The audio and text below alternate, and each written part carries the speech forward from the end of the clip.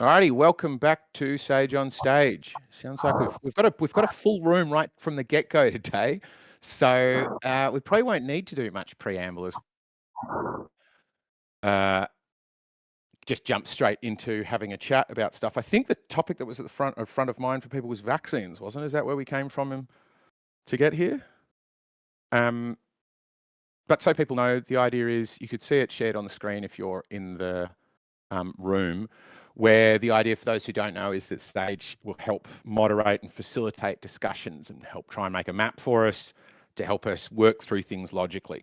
And the idea is we'll try and queue up a few disagreements. They can sometimes, as Riggs has suggested, we could also start with some light ones. But I think given Renee's gone and got us a interesting topic worth discussing, I think vaccines are front of mind at the moment, given what's been happening in America and with RFK and the vaccines thing. What is it? Do you want to give us a rundown of what's been happening, Renee? Well, this year we've had more measles outbreaks than ever in like a 35-year history. We're on pace to break that, of course. And the number of people who do not have the MMR vaccine is going up.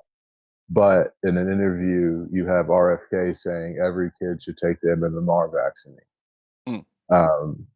So it's more of a topic of being a vaccine skeptic more than a vaccine denier of germ theory and the outcomes of them as well. Yeah, because it's very interesting that, because in that interview, we'll play it in a bit, he's sort of calling them, he's like, oh, the media are the problem, blah, blah, blah. But it's interesting that he both encourages vaccination and in that interview still appears to stand by the idea that vaccines cause autism. Is that right? I don't think he doubled down on Tylenol, Oh, that's a bit.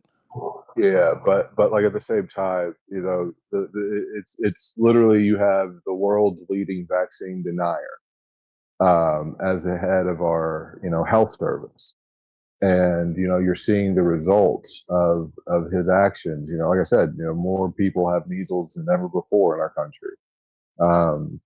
That's a direct correlation to the number of people who aren't vaccinated. I think it's like 93% of the people who were diagnosed with measles weren't vaccinated as well. Yeah, so that's a conversation worth having. Does anybody want to challenge Renee on the vaccines, on the efficacy or the ethics of? I have like maybe a small beef. I generally agree with the benefit of vaccines, but I think we should be careful saying that we have more cases now than we ever had. I don't think that's necessarily true. It may be better to frame that in 35 years. 35 years, yeah, the last 35 years. Do you have that data you're referencing, and then that 93% of the people that got measles weren't vaccinated? Do you have that on hand, or can you grab it? I don't have it. I got it from the interview when the CNN lady was fact checking RFK in real time. I don't have like a paper. So you're saying that the majority of the people who did so if we could. No, I'm just saying I wanted to see this first. Sorry. Well, I'm just saying would you think that like the majority of the people who got measles did not have the vaccine for measles? Am I granting that there's more measles now than 35 years? Is that what you're? And then those people. What I'm saying is that of the people who have measles, would it be surprising that the majority of the people that have measles don't have the vaccine as well? If the vaccine worked, then yeah, that would be surprising. So even RFK says that you should have your measles, mumps, and rubella shot. A guy who's a vaccine skeptic and denier. So that vaccine probably works, right? If he's saying it, because he's the one that's leading the charge. I don't just believe stuff like that. I'll have to just look at some data. But if when RFK says that vaccines are bad, do you look at his data for that? No. I would just look at the data. Oh, you should look at the actual risk reduction. Like, what are the chances that this person would, let's say, get hospitalized for measles without the vaccine of the entirety of the population? A total percentage, and then what's the total percentage that gets it with the vaccine? To get like an actual risk reduction, not a relative risk reduction. So it's much lower percentage of effectiveness whenever you look at it. The actual risk reduction to relative risk reduction. Well, I would say it's more about contracting it than just hospitalization, because there's other things you can get from measles that like affect you negatively that won't have you hospitalized.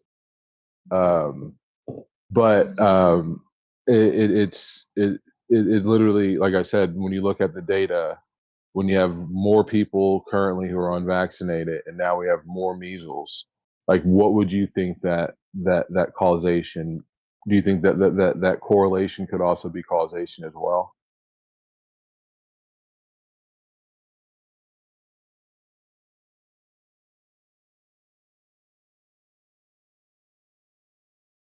No, I think that's for you, Taylor.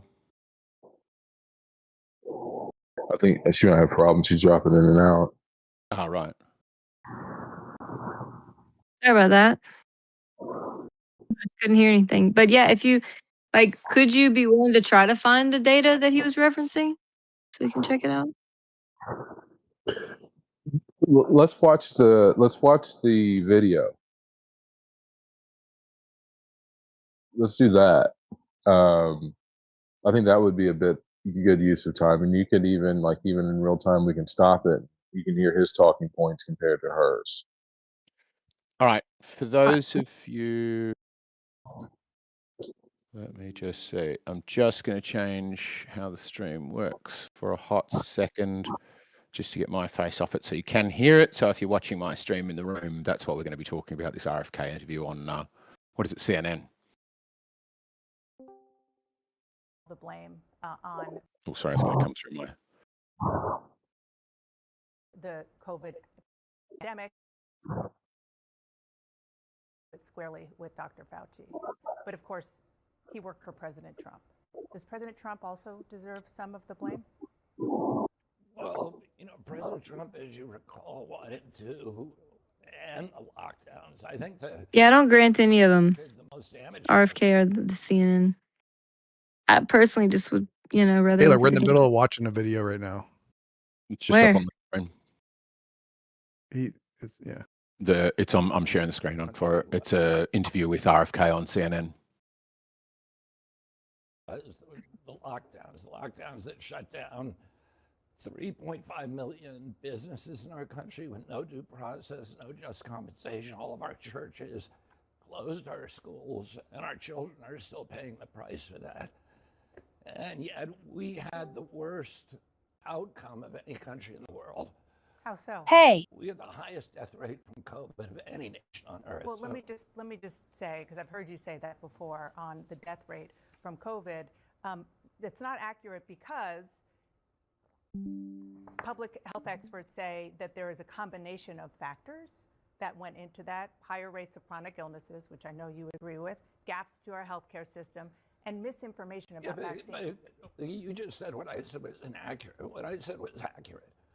We had the highest death rate from COVID of any place. There are other countries that had higher, but you can argue go ahead about why we had that, but nobody can tell you. I mean, we have, as you say, we have the highest chronic disease burden in the world. Regarding the measles numbers, there are CDC numbers that 2027 is basically the worst year after 2019.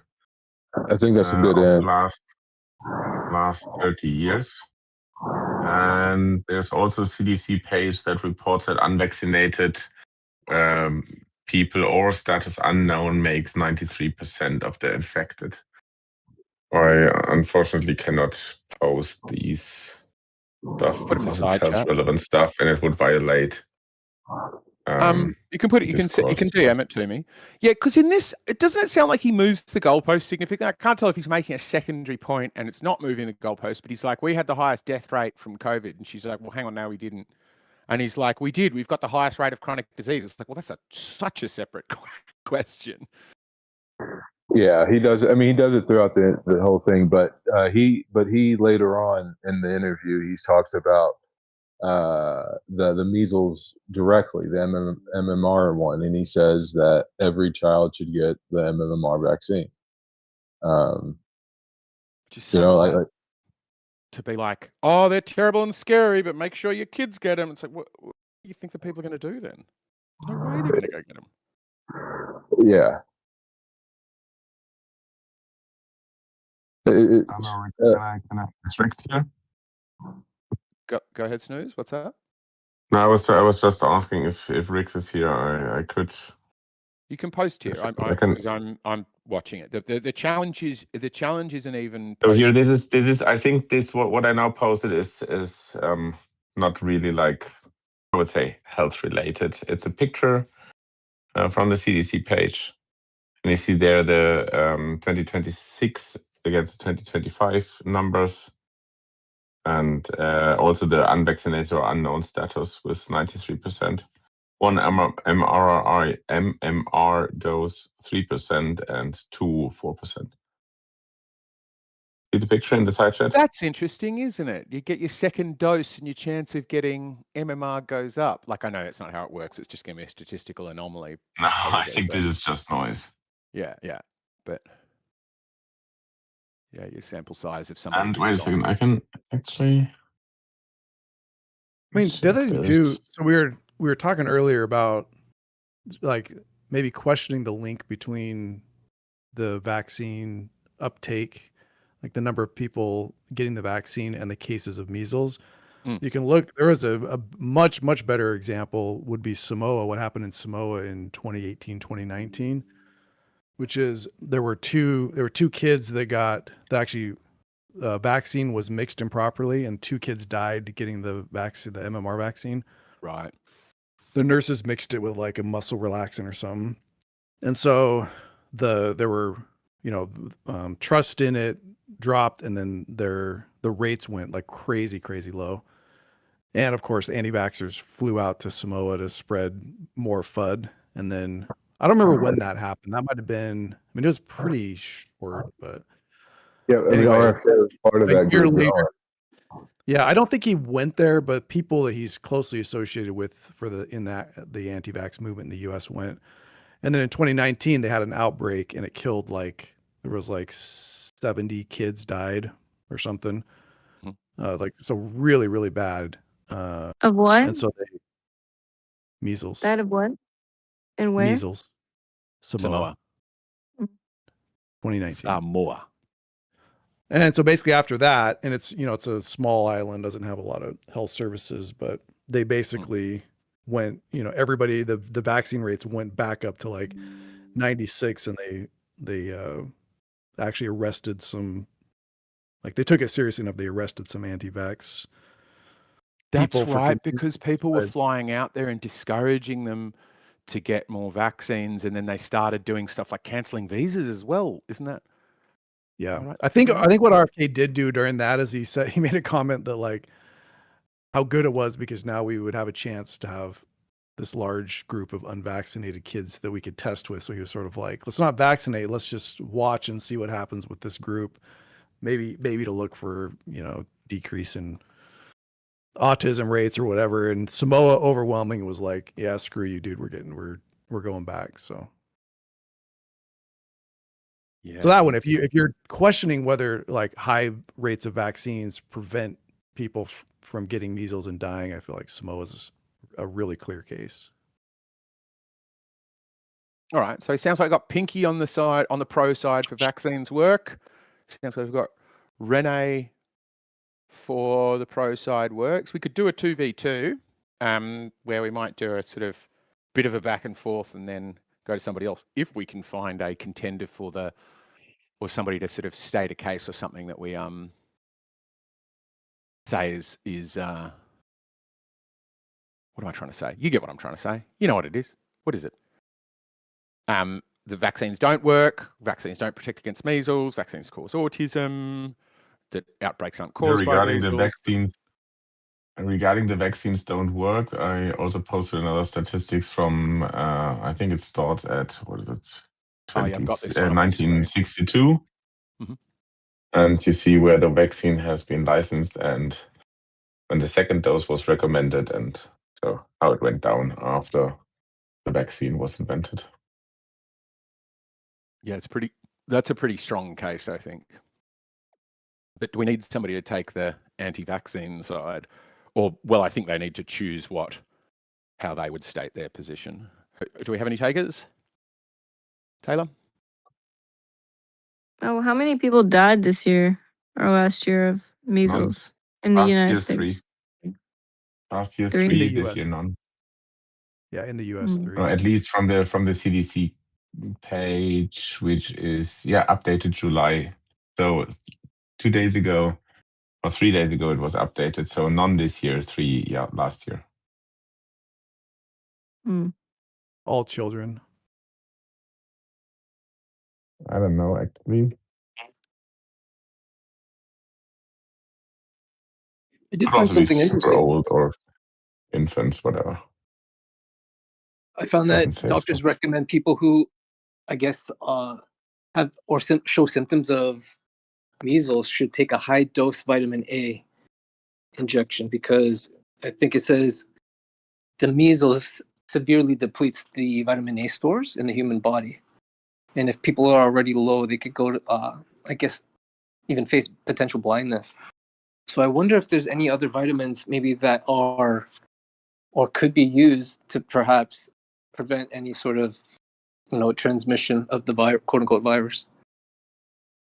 Well, you'd have to provide a Just study that shows that administering vitamin A prevents blindness in measles patients. I don't think like a guy Did you say saying it. transmission as well? Yeah, Did I'm you just say wondering. Yeah, I'm just Yeah. wondering because if there's any sort of things that could be done to prevent the transmission. I know the books say that there's really nothing that the immune system can do because there's maybe no antibodies that are already present. Mhm. So, but I just wonder if there's anything that people are maybe aware of and haven't showed the public, Okay, and we're having maybe like a hasn't been debate. discovered yet. We're in this is like a debate about vaccines. So I think that's Well, I think we're still trying to figure out who wants to go at it. Because are you, Taylor or Eden, are you up for debating it, or are you just sort of discussing the topic? Because I'm trying to find some people who'll take one side or the other. I mean, we can just go ahead with just chatting about it if we're not able to find I'll it. join the anti-vaxxer I would take side. Good I on would you. make a hey, what's up, Scotsman? I would make an Sure. argument maybe halfway in support of what Eden said, which is if somebody showed that taking vitamin A supplements was as effective a prophylactic as the measles vaccine, then I would say, well, we could do that, right? And then whatever risk might be associated with a vaccine, you could bypass. But thus far, my case, which I'm stating, is that the only thing shown to actually prevent against measles outbreaks is the measles vaccine. All right. So we got Scotsman on the other side. Which is the case you want to make, and who do you want to debate it against?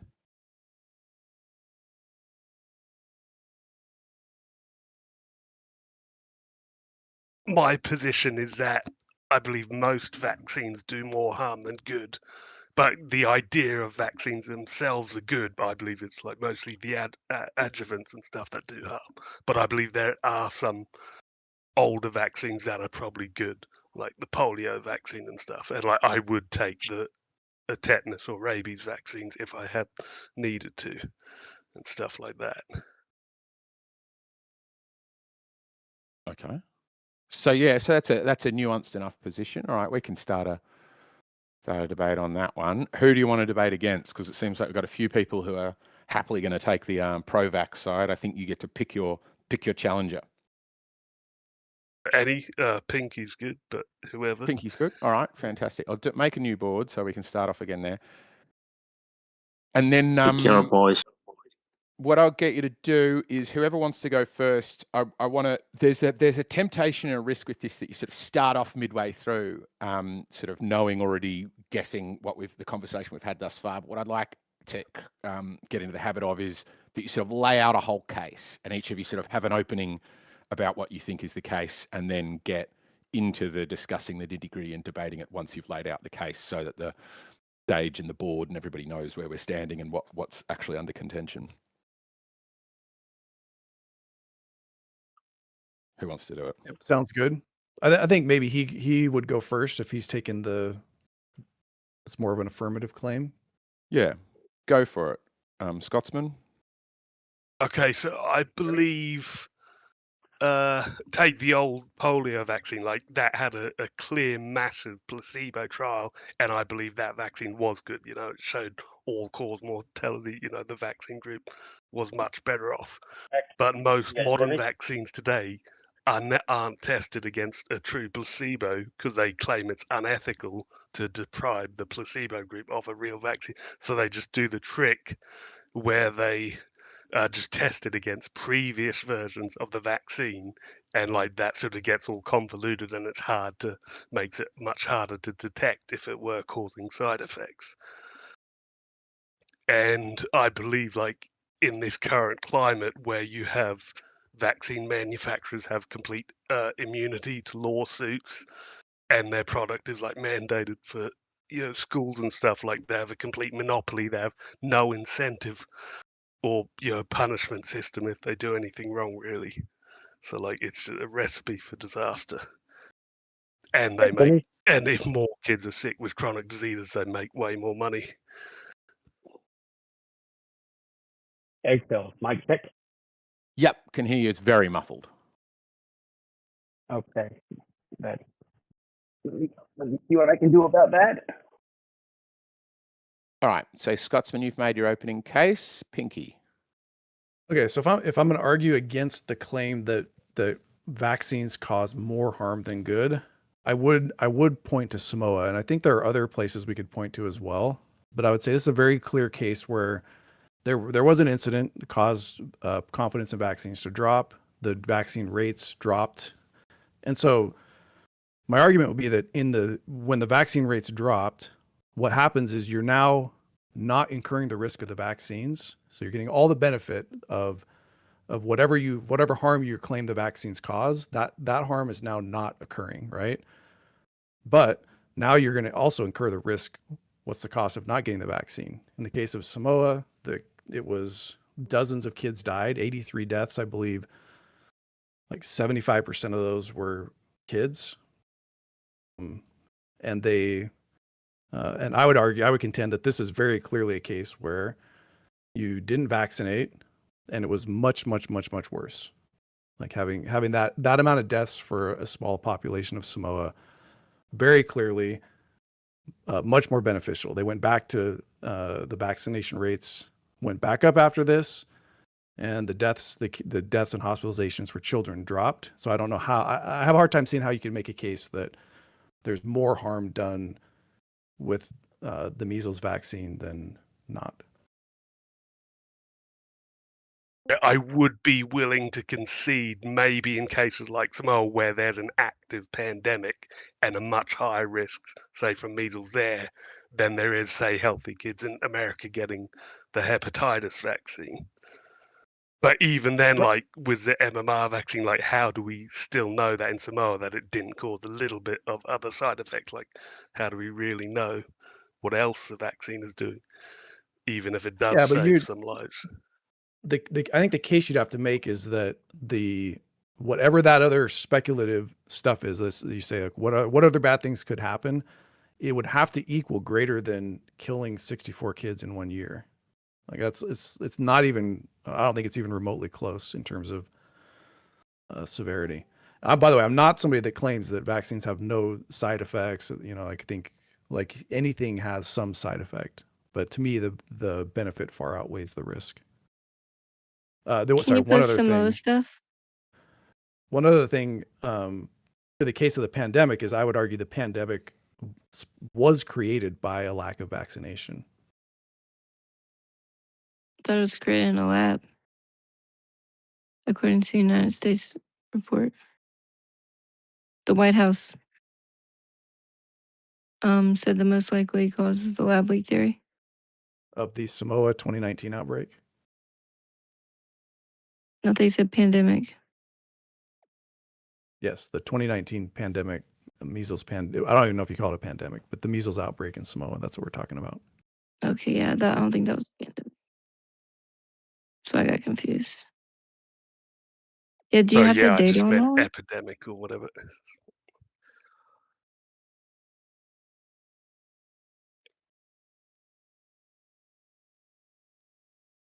So where are we? So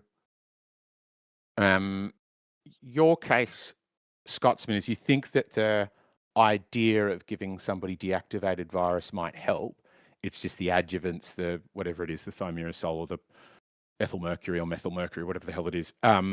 They're the problem. So you could, it seems that your case is you could get the benefit of being protected from measles. Am I right in what you're saying? But Yeah, I think vaccines could be made safer without like the stuff that has been like proven to cross the blood-brain barrier, stuff like that. and it Even if sounds the like vaccine worked not as good or you need more doses, I reckon that would still be better. and it sounds like that Pinky's challenge to that is, okay, if they didn't work, which isn't what you're saying, then why did we get an outbreak of measles? But then on the other side of it, if they were harmful, those correlating harms should have dropped while people were refusing to get vaccinated. Perhaps, but like it could be long-term harms and chronic diseases that we wouldn't see if we just looked at Samoa for like a single year. Well, is there some harm that you're advocating we could look at to say that harm would be greater than having, whatever, 80 kids die and however many hospitalized? Yeah, or the problem is that they hide the data and they refuse to do proper placebo trials for most vaccines. So like we just can't see it. And when we look, we sometimes see it. Like for example, there's a doctor, like Dr. Zelenko or whatever, I'll look up his name, that was filmed on hidden camera a few years ago, admitting that him and his team or whatever did a study where they looked at all the kids of the data they had at their clinics or whatever and found way more chronic diseases in the vaccinated. And they said, well, I'm not going to publish it. It would end my career. So like, I believe there is data supporting it, but it's hard to get. I mean, like, I don't know what to make of that because it's just some guy on a video saying something. Yeah, It he seems was though like like we have the enough head of some department or something. He wasn't just at a like a normal clinic. doctor. He was high up. Right, but that's, I don't know. I don't grant any points for that because it's just speculation. I think we have plenty of data about who's vaccinated, who's not. That I feel like these studies exist anyway. Like for example, we've done not when I say we across multiple countries, we've done autism causation studies looking at vaccinated versus unvaccinated groups and found over and over and over that there is no link between MMR vaccines and autism, right? I'd be happy to look at whatever best one you can think of. Because once someone in the other server showed me one, then I dug into it and they didn't even look at any unvaccinated. And there was a doctor in the other server that was telling me to trust it. But, I mean, I think I know there was a big one in Denmark. Let me see if I can find the links. got it on my screen. Denmark, acpjournals.org, the Denmark something study. I've heard this talked about before, so it's probably the There's one that did what like is it called? The Danish 1.7 cohort billion. study. Yeah, 650,000 participants. that one. I think the one in the U.S. They did one in the U.S. that was over like between 1 and 2 million, I think. So if like for me, I'm going to say if we actually have a study we can look at, that's going to trump a study that somebody, says they got on their hard drive and refused to submit. Yeah, or the study was leaked, but because it's not official, it's not peer reviewed. But yeah, Well, yeah, like, well, I mean, I don't care. What's the post that one? How many Yeah. Okay, yeah. I've got it. patients I've or got how it many? on the screen. Hang on. I'll put it in the chat. So here's the US one. Oh, sorry. I've got the US one. Sorry. You were talking about a different one, weren't you, Scotsman? Which one are you talking about? A leaked one from that doctor that was filmed on a hidden camera. Oh, right. Yeah. Uh, I'm not sure where that is.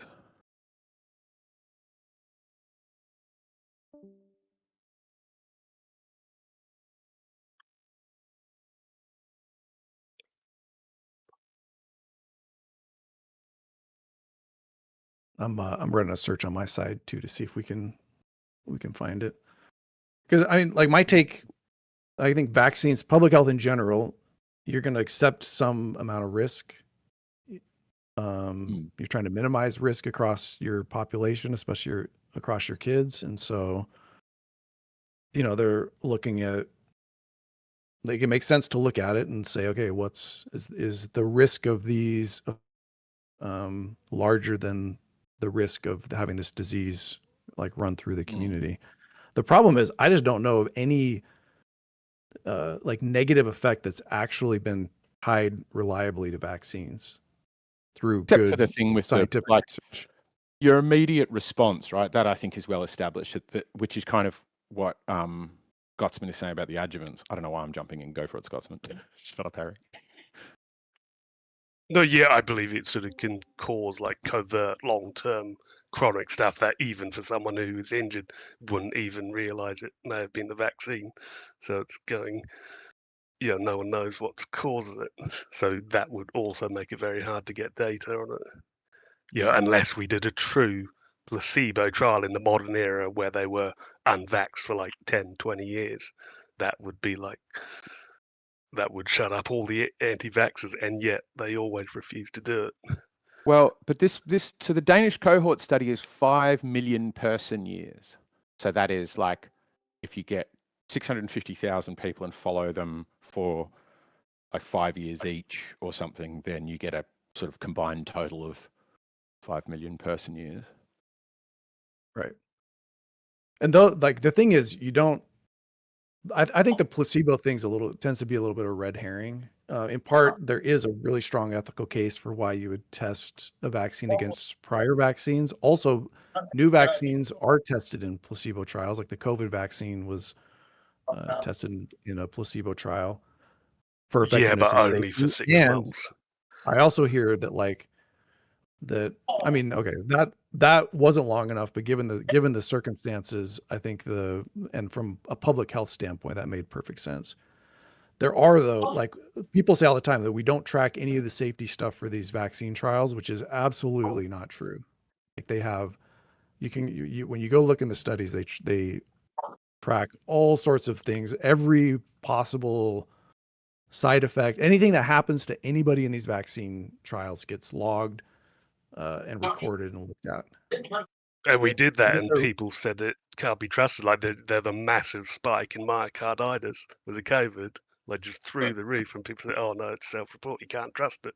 So the thing we're Those being some told, "Oh, they're bars. No, monitoring it," we're told, "Oh, it's conspiracy theorists and no, no, no, misinterpreting no. Those data." bars say that. Can't Hey, I'm going to trust agree it. with you. I'm going to agree with you. And I'm going to say, I think you're mixing two things. If you can't, so VAERS has a use, and the exact reason why we have it is to detect things like myocarditis. And because it's impossible to power a study like the COVID vaccine studies. Like we couldn't have powered it such that it would have caught that in any sort of, even in, like you need like 10 million kids to be part of the study in order to detect the signal. So VAERS is that. It's about saying we can't find everything. So we want to find a signal like as soon as we can after we release it. And that's like VAERS found the myocarditis link. They knew about it almost immediately, like within a couple months of rolling the vaccine out. So And that's they great. kept But giving turning it to around and, healthy kids. Why did they do that? well, they changed their recommendations. They said for kids in this range, give them this one instead of this one because certain ones were more likely to cause the problems. But the reason why they still recommended it is because from a public health standpoint, even with the risk of myocarditis, it was you used a term, I don't know what you said, but you said it was like an extreme outbreak of myocarditis. It wasn't like the numbers were still Of small. reports, yeah. There were blood clots and all I sorts can of shit and post a heart graph. attacks. They knew what they were doing. Are you Right, so, but if advocating you for look- the vaccine? So yes, I'm on the pro-vaccine side. Oh, Scotsman's on the Jesus. Okay, Sorry here's the about myocarditis graph. Okay. Like it's how, is it wrong to be alarmed and vaccine hesitant when you see that, knowing that's potentially permanent heart damage? And kids had like super low chances of dying from COVID. Yeah, that's Okay, so ridiculous. all right. So this is what it's sort of a one-on-one. If you want to jump in, just let Eggs know. But I would love to. Yeah, just wait a bit. They're going a 1v1. You said and then we'll have 2v2 earlier. Yeah, but then Can we're I gonna just take- throw in one real quick thing, just because of the whole vaccine thing, like the incentivization thing, when they're like, "Oh, whoa, you mean I get these delicious fries if I get vaccinated? Oh, but there's a burger element to this. I want you guys to think about vaccines every time you eat this burger." And each is like, vaccinations. I feel so good about vaccinations. Like that alone is enough to not want to take it. Go ahead. I mean, I got like 80 vaccinations after that because I That's wanted wild. burgers. But so this is the way I look at this, Scotsman. So you look at, let's take this graph right here. It's really scary. Now this would be an example of misusing VAERS, in my opinion. Who reports to VAERS? Do you believe People, those like doctors. reports are done in good faith? Most Like there weren't reports are from fake reports doctors. added? Yeah, most are. I mean, doctors were legally required to report any of these sorts of things. Yeah. So, but there's no like you could go. VAERS is open. I could go right now, type in and say I got permanent heart failure from a vaccine or whatever. So it's not. There's no. You have to give health papers. You have to give records to prove. No, you don't. Yes, you do. I can find you. I can find you. I've Yes, you do. submitted. You I have to submitted submit health one. records. Yeah, I you're sum- supposed to give like the batch number and stuff. But yeah, you probably don't have. But it is illegal to deliberately give false stuff. So this is how I look at these things. So you have this. There was a big spike in VAERS, and the other thing I've heard, people argue, well, VAERS is traditionally heavily underreported. So not only is this, 12,000 myocarditis, it's probably 2 million cases of myocarditis. But we can just look at actual cases of myocarditis in the age group we're talking about. And we can look at hospitalizations and deaths across vaccinated and unvaccinated cohorts. And that would tell us whether the harm of myocarditis is outweighing the benefit of the vaccine. And when you look at that, you realize that it's not like this is actually a very small effect. Did you look at that That's the data? thing. Sorry, go ahead. Yes, Like, it's been a while, but I looked up like cases. They went and looked at actual hospitalization rates in this cohort for myocarditis and pericarditis, and they attached a number to it. That's how we get like they don't use the VAERS number to say what the risk is of myocarditis. They use actual numbers, and there's many studies that are on that. VAERS is how the CDC tells people to report adverse events Correct. for the continued study because they didn't have any long health effects that were able to be studied in the clinical trials, being that they were only 6 months. So they Correct. rely on VAERS. Correct. Yeah, that's all true. But the way that it goes is they take the VAERS reports as like an early signal. They're like, oh, there seems to be something here. Let's go dig into it. And then they actually just go look at real data, not self-reported VAERS data. They actually go look at hospitalization records to determine, okay, how big of a problem is this? How prevalent is it? And that's how they come up with the numbers of like what's the increased risk for myocarditis if you get vaccinated in that age group. The thing is, like, if you look at, I always go to all cause mortality because it gets in these debates, it gets rid of like COVID classifications, it gets rid of all that stuff, and you can just say, look at vaccinated teenagers and look at unvaccinated teenagers. Did one of those groups die more during 2021 than the other one? Right? Because that'll tell you, like, did something happen that killed one group off more than the other? And if the COVID vaccine is like just absolutely killing kids right and left, then you'd expect to see Like, yeah, the vaccinated group died more in 2021, but they didn't. It was Who about has that even. data? CDC. Can you That's the please thing like that? I when doubt it exists. Yeah, let me go. Like the And overall or death and rate or of studies. vaccinated versus I've unvaccinated. found these. I know I've seen these studies before, but yeah.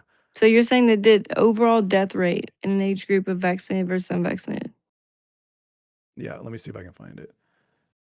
And it showed about That's hard even. to Now the thing believe. is, for every other group, the COVID vaccinated group performed way better. So if you go up to the like 60-year-olds, it's insane how much less the vaccinated group died than the unvaccinated. But for young people, I think there was an increased risk of having severe events from myocarditis, but it wasn't severe enough to outweigh the benefit that they got from being vaccinated. So yes, give me a second. I Let me see agree. if I can find these stats. And we've got two I owing agree with you. questions. Go, sorry, Oh, yeah. Scotsman. Yeah, I agree with you. Comparing all cause mortality is the best. And the thing is, when I look into those COVID all cause comparisons, I find massive flaws in the studies. Like I found one where in order to be in the study, you had to have like the vaccine before May and be alive in November. So anyone who actually died from the vaccine in the first 6 months wasn't counted in the study. They do. They tend to do tricks like that. It's like Well, the yeah, they AA say on it takes like you have to get both phase 1 and 2 of the vaccine to be considered fully vaccinated. And so you Yeah, have to stuff like have that too. weeks. So you have to be Yeah, considered in the vaccine group because yeah, I know yeah. what you're Like talking for about. example, some people would have one dose, get injured, not have a second, and then they're no longer counted in They're any of the not studies, considered or they're vaccinated. counted as, Yeah. or So they're just okay, but not stuff like that, depending eligible. on the study, that could be like you're making it sound like it's like a conspiracy that they do that. But for some studies, if you want to track, if the study's about vaccine effectiveness, you're not going to include people that haven't been fully vaccinated, right? It's kind of the whole point. So I will see if I can find one that does all cause mortality, that doesn't And the that problem basically would is, say That'd be that. impressive.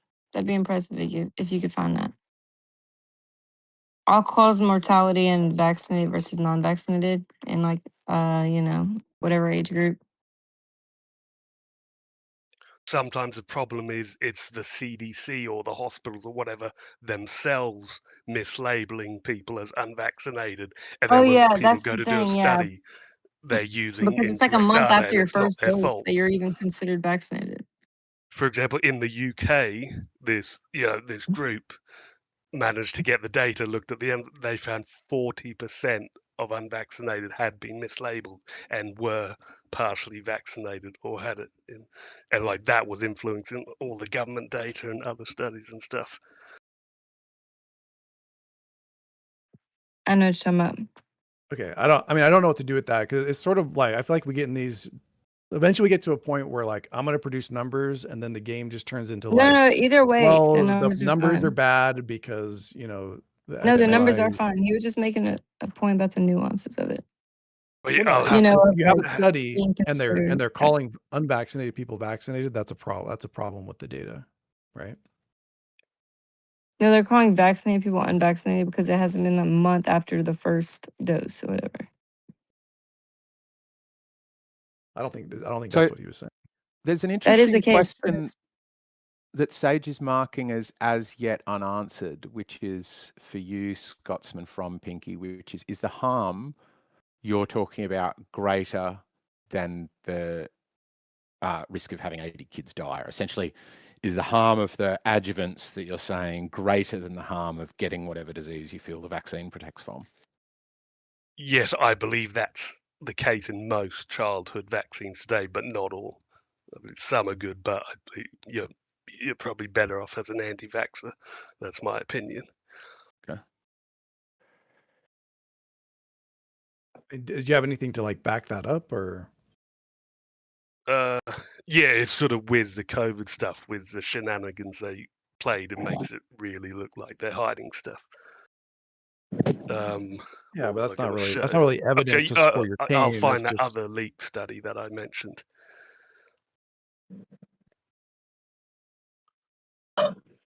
My poor because PC. sometimes it feels like people, I don't know, like kids get sick. We track what diseases kids have, what they die from, right? You can look at trends over time. We have a ton of data, tons of data, but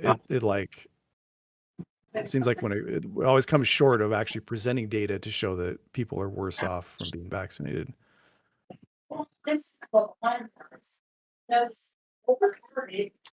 So where are we at? It sounds like we're sort of stalled on whether we want data and then whether we're going to pay attention to it when it comes out.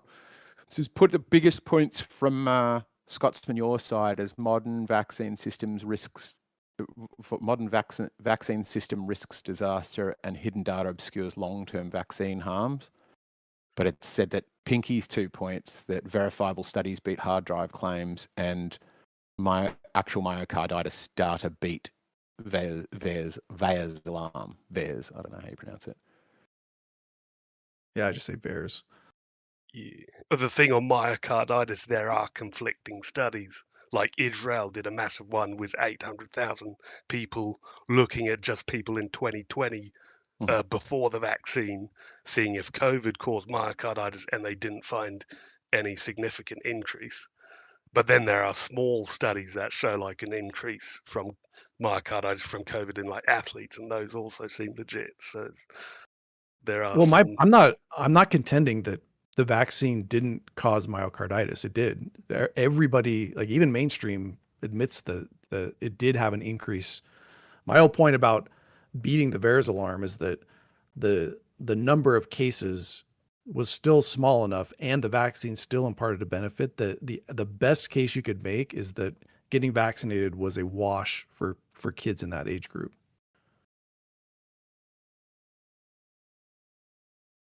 Yeah, I am open to the possibility that the COVID jab helped elderly people, but I think any healthy person under probably 50 was probably going to get more harm than good.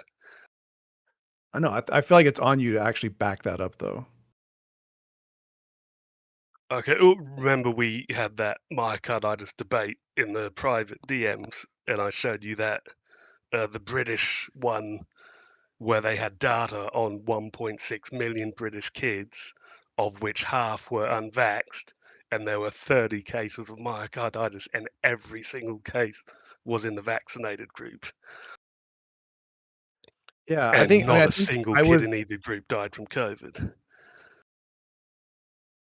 And there were like some nuances. I did get some stuff wrong. Like I thought the myocarditis it was talking about was more serious than it was, but it's still not a good Yeah. thing.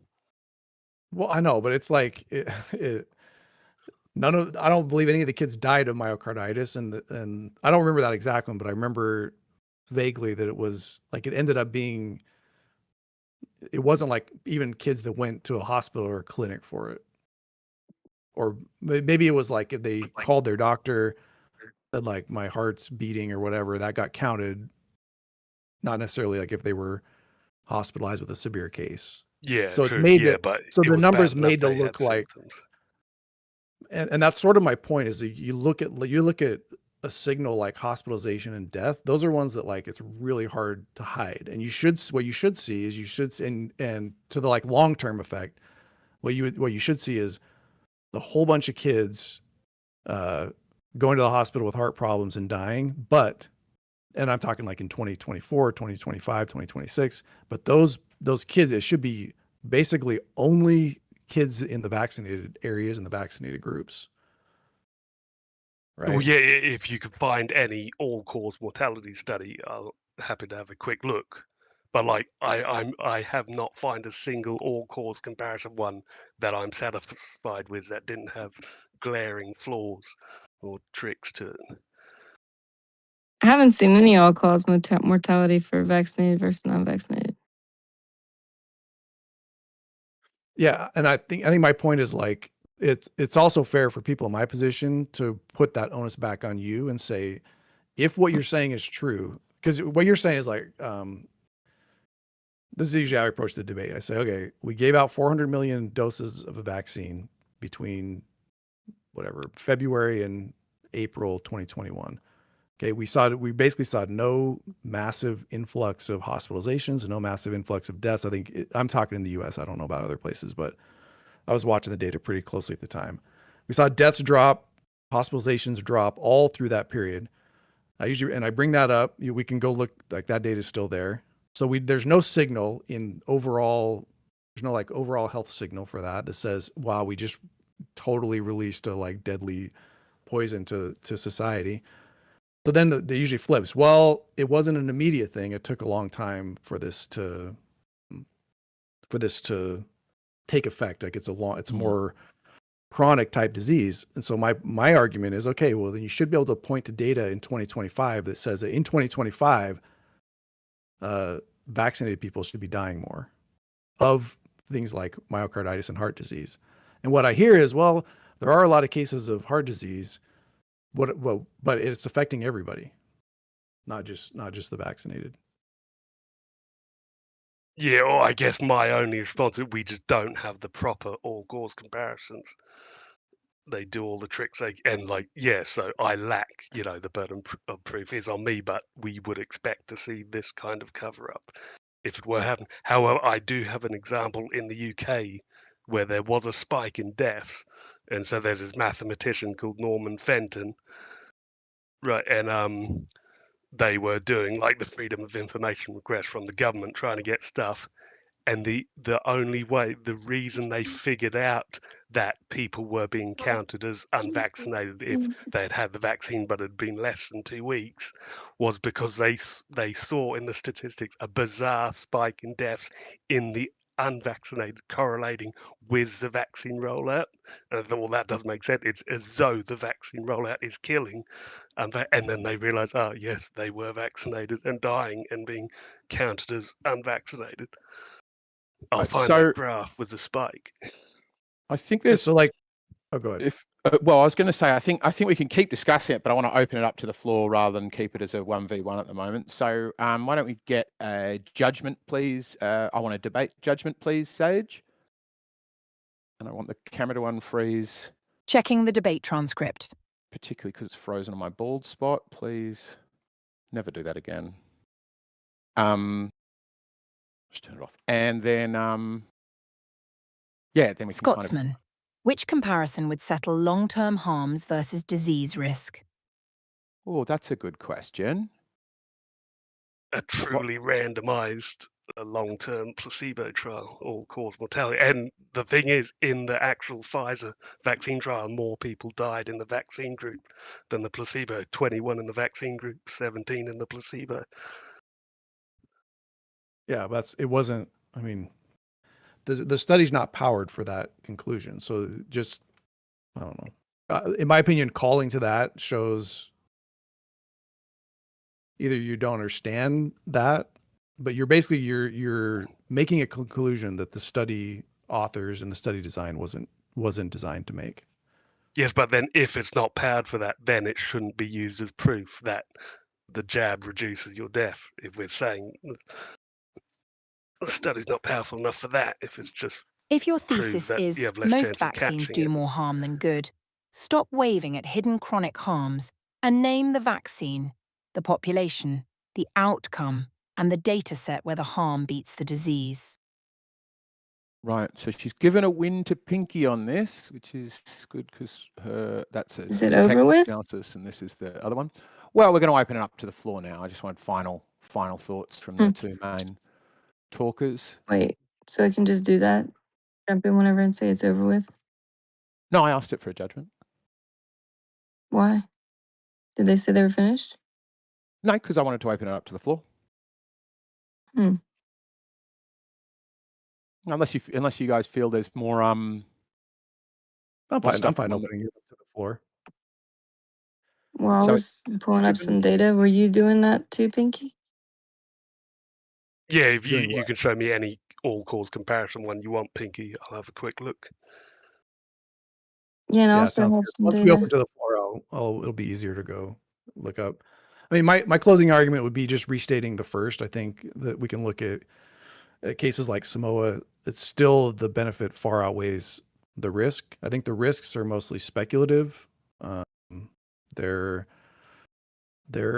based on more conspiracy theories about what the government's doing to hide numbers rather than actual even proof that they're hiding the numbers. And I would argue that vaccine skepticism during COVID was so tied to politics and worldview that we have like literally population segments where virtually 0 people in this entire population was vaccinated versus other ones where almost 100% were vaccinated, such that any effect, like any negative effect that like vaccinated people are dying of this or that, we should be able to find. Now, maybe we don't have that, but the lack of hard data to show that there's harm and a lot of data to show the opposite leads me to say that it still is more beneficial. Did you post anything at all, Pinky? No, it's okay.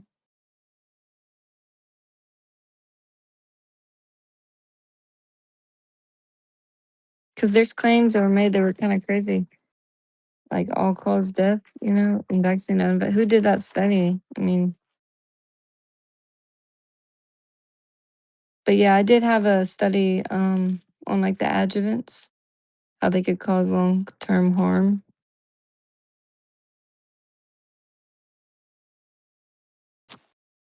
Sure, go for it. I just We'll pop it in the chat.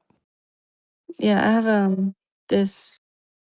It's like it's over 30-page document, just copying basically things from the CDC, FDA websites, NIH, and other studies that were done on the COVID vaccine. It's just essentially copying what was on the websites with citations if you want to reference it. Let's see. I'm gonna post in the chat.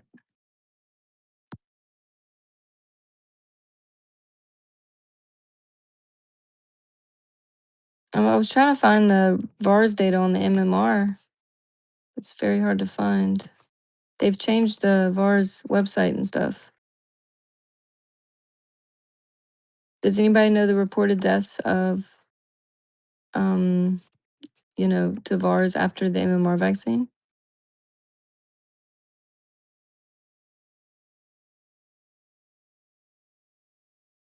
Like there was only 3 deaths from measles this year in America. How many deaths were there from the vaccine? How many were there? It's over 100,000 now. Every time I go into Klamath Falls, Oregon, there's a billboard that someone has posted where they update the number. Yeah, I'm having trouble finding that website. Because now VARS just gives you the raw data. You have to make your own chart. Okay, so I see 229 U.S. death reports associated with MMR or MMRV vaccines. I don't know the time span of that, but 60.9% in children under age of 2. 40% occurred within 7 days of the vaccine.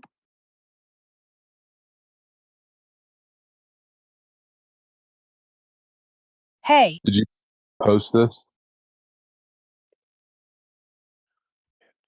Yeah, I'm trying to get the VARS link. So basically, since VARS data is different, I'm trying to see where they're sourcing this from. They no longer do the charts anymore. Look, here's this paper on it. Did anybody post anything, Pinky? Anybody? Did I That get wasn't off of? that wasn't the purpose of the debate. That one's kind of Okay. over. Oh, okay. Are you making a claim that MMR's vaccines have killed 200,000 kids in the country this year? 200,000? No. I said 229 U.S. death reports associated with MMR in this cohort, allegedly. I'll post something. Is anybody else going to post anything? No. So if that's your claim towards the prior debate. Well, yeah, I mean, we're talking about measles, and then there was only 3 deaths last year in America. I was just trying to see, like, But what's that testing?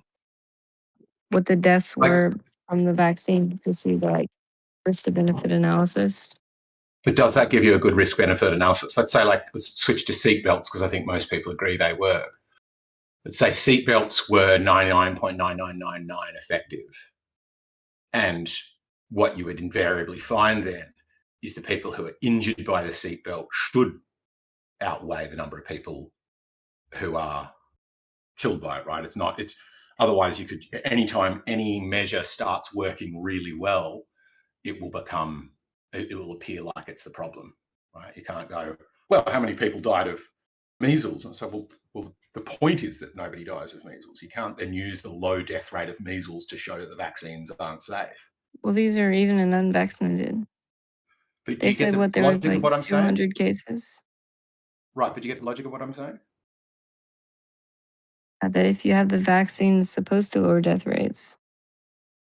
Right, and so then going, oh, but the death rate's low, therefore the risk of taking the vaccine is unacceptably high because who catches measles anyway, is missing the fact that the reason they're not catching measles or dying from it is because of the vaccine, or allegedly that's what we're trying to test. So you can't, otherwise you're using its success. I was just trying to see the risk to benefit analysis. And I'm suggesting that's a bad way to do it.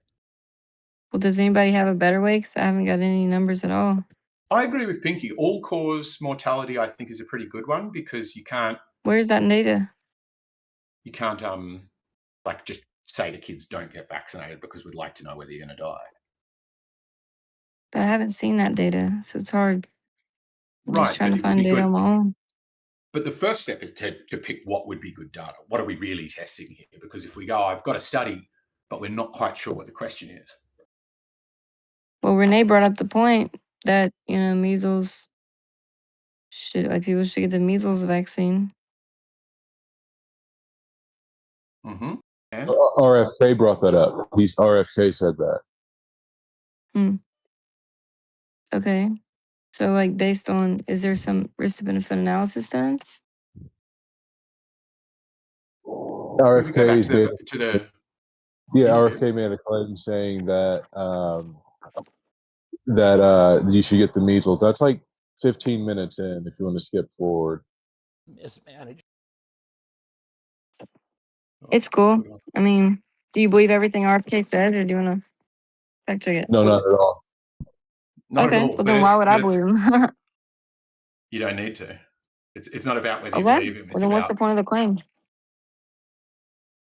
Because he's the head of the health secretary. He's the head of our health in the United States, and he's making the claim. And he's also. But you don't believe everything he says. He's a devil's advocate of it, right? He doesn't believe in vaccines in their efficacy, but he's making a claim about one. So that's why I think it's rather important.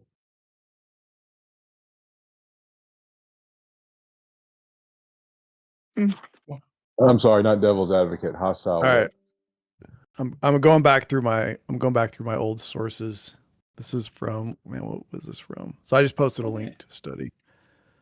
For this one, they calculated risk intervals for dose, like per dose. And so basically if you died within 27 days of getting the first dose, then you basically, your risk was assigned to that dose. And then similarly, if you within 27 days of the second dose, then you were assigned to that risk interval. Yeah, that would be like fully vaccinated, right? They're basically saying if you die within a certain, yes, that would be fully vaccinated. But it's not. They're doing risk intervals based on doses,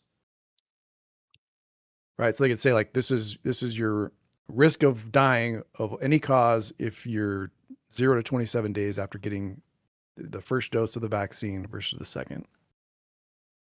What about versus none?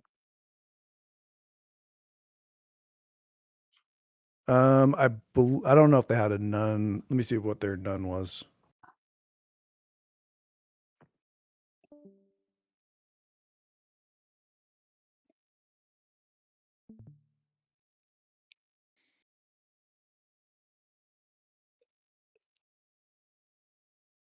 None was, it was just people that died that had no record of getting any vaccine. That was the none.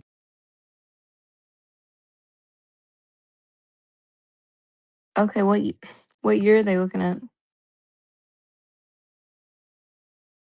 I don't can know. go pull up.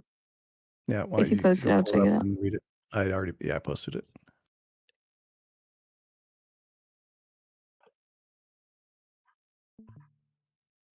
Oh, where are we at? There was somebody waiting to get in. Space Supply, are they still here? They seem very keen to wait in. Oh, we wanted to find this bit in the RFK interview, sorry. Let me tell you, because actually Anthony Fauci in his diaries answers the question about why we're having a measles outbreak right now. The reason we're having a measles outbreak because of the COVID lockdowns, because people children during that period did not get vaccinated. And in his diaries, Oh, so he is saying that vaccines work, right? He's saying the reason we've got a measles outbreak is because during COVID, people didn't get vaccinated. Exactly. It's funny that he blames the lockdowns and not the mass amount of misinformation being spread through social media. Yeah, But it's got to be the fact that it was stuck indoors, not the fact that I told them that it was gonna turn their kids into zombies. Well, they wouldn't let people go to doctor's appointments. They started like if it wasn't like an emergency, like they stopped a lot of like preventative care. That was also a thing that they talked about. Right, but if you're the guy Like, who said we think vaccines give your kids autism, it's a bit rich to go, well, it's the lockdowns that caused it. But it wasn't the lockdowns during, oh no, because it was, the lockdowns were during Trump's first term? Yeah, and he wasn't yet health secretary, was he? Nope. Yeah. Right. Trump. Okay. So he's kind of, a lot of these things, it seems like he's effectively blaming Trump. Yes, Trump derangement syndrome. But he literally makes this statement: all kids should have MMR vaccines. When she presses them further.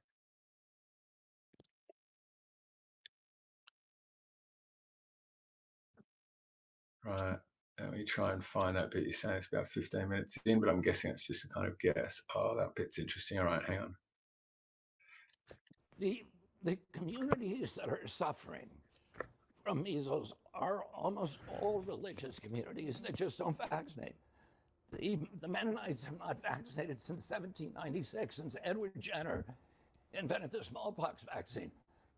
It's hard to blame that on me as much as you want to blame. No, I don't want to blame you. I'm asking you because you have a very powerful voice on these issues for people who are skeptical. Let me finish. Let me finish. And I've never questioned the efficacy of the MMR vaccine. Okay, let me finish.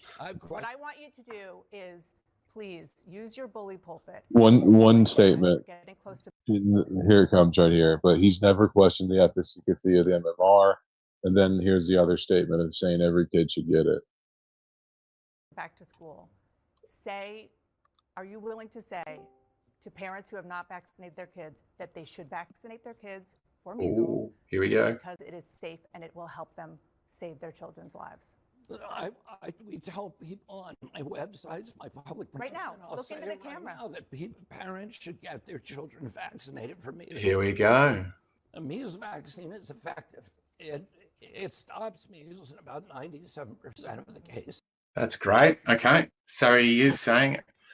Yep. So does he go on to clarify? I forget. Should get vaccinated. Can I ask you? This is part of what he does. He when he gets really pressed, then he reminds everybody. He's kind of like Gleam, the Glober that only argues flat Earth, but he sort of will say, "Oh yeah, I'm for vaccines," and then literally everything he says is anti-vax after that and before that. So I'm glad he said it. I'm glad he said it, but I think she kind of forced his hand on it. Yeah. So what were you saying, Scotsman? You can imagine how confused us QAnoners when he did a complete U-turn and supported the MMR vax. But that's the thing. Yeah, what do you make of here, it's like he's saying, I never didn't support it. Look at that table. Just notice that. It's got this beautiful glass table and it's just completely crooked, doesn't line up. Go on. Sorry, Scott. So, yeah, what do you make of it as a QAnoner? Yeah, I don't know. It's almost like his 5D chess to turn Democrats into anti-vaxxers. He supported them. People do the opposite. So, I don't know. And do you think, does that end up becoming, like 5D chess, or like we can't trust him now, we got to trust him then? Or is it like, what the hell's going on? This guy seems like he's lying to us. Yeah, it could be just to get us all to just not trust anyone. Cause that's their ultimate goal, to us to think for ourselves and not have any like heroes. I don't think any Democrat is really truly dumb enough to say, "Oh, RFK supports an MMR, so I'm not going to get the MMR vaccine." I truly lack the ability to envision an individual that actually has that mental capacity. They did that with hydroxychloroquine. Because it didn't work. What are you talking about? Oh no, even CNN had to make an article saying there was a French study showing it, did help a bit. What was that big exhale? But this is what I'm saying, though. I don't think that there's just one, position he could take. But the position he did take is that the MMR vaccine is ethical, and every child should have the vaccine. So let's look at the adjutants in that vaccine, right? Yeah. Look at the one that he said is ethical. Are they similar to the other ones? I don't know. I don't know these answers to these questions. Yeah, that is interesting. What does he say? If he's saying the MMR is effective, what is he actually? Yeah. Go on. Sorry, I was just repeating what you were saying. It just suddenly struck me. Like, how does he then draw distinction when he's saying these other ones cause harm, or does he say that they cause harm? He's so slippery. He hasn't made that claim. They'll say it's like mercury is really bad for you, which I think we all agree on. But I don't think I think there are a handful of vaccines that still use it, but we removed it from almost all of them. So it becomes this talking point of like adjuvants that it doesn't actually reflect the present day schedule. If that makes sense. And that's a preservative. It's not an adjuvant. The thimerosal and the mercury are preservatives. But I'm saying which ones are present in the MMR? You know what I'm saying? Like because now those have to not be bad. Like whatever adjuvants are present there, if they're present in other ones, now you may say now they added camel penis to it or some shit. But like the you know what I mean? Like now you're able to at least make a framework of like a working of what's good and bad, because this guy is one of the biggest voices in saying don't take any vaccines, essentially. And he literally says that kids should be vaccinated. Says MMR vaccines contain no adjuvants. They don't? It's just ChatGPT. But another thing, I like this line of thinking too, because back in the day it was like, they'd say like thimerosal is linked to it causes autism or whatever. They removed it. And then you would expect then to see that this new crop of kids would have basically no autism, right? But that's not the case. We still see an increase. So then it's like, well, the problem always has to be getting worse, and then they have to shift the cause of it somewhere else. Could the increase it's not thimerosal because that was removed and the autism's still happening. I mean, could the increase in autism be a better ability to diagnose it? Am I sure what, Taylor? They removed them. Are you sure they removed thimerosal? I'm 99% sure from MMR. I'll look it up right now. And I think there's a few optional vaccines that still use a very tiny amount, but by and large, it was removed from the schedule, yes. So MMR has no adjuvants in it. But I should expand the search because thimerosal is not an adjuvant. Yeah, the it site. actually the MMR never had a preservative in it, even if it's a freeze-dried prep. It's not a wet prep. You have to wet it to administer it. It doesn't have any preservatives or adjuvants. So, are the people who are anti-vax, are you still against the MMR vaccine?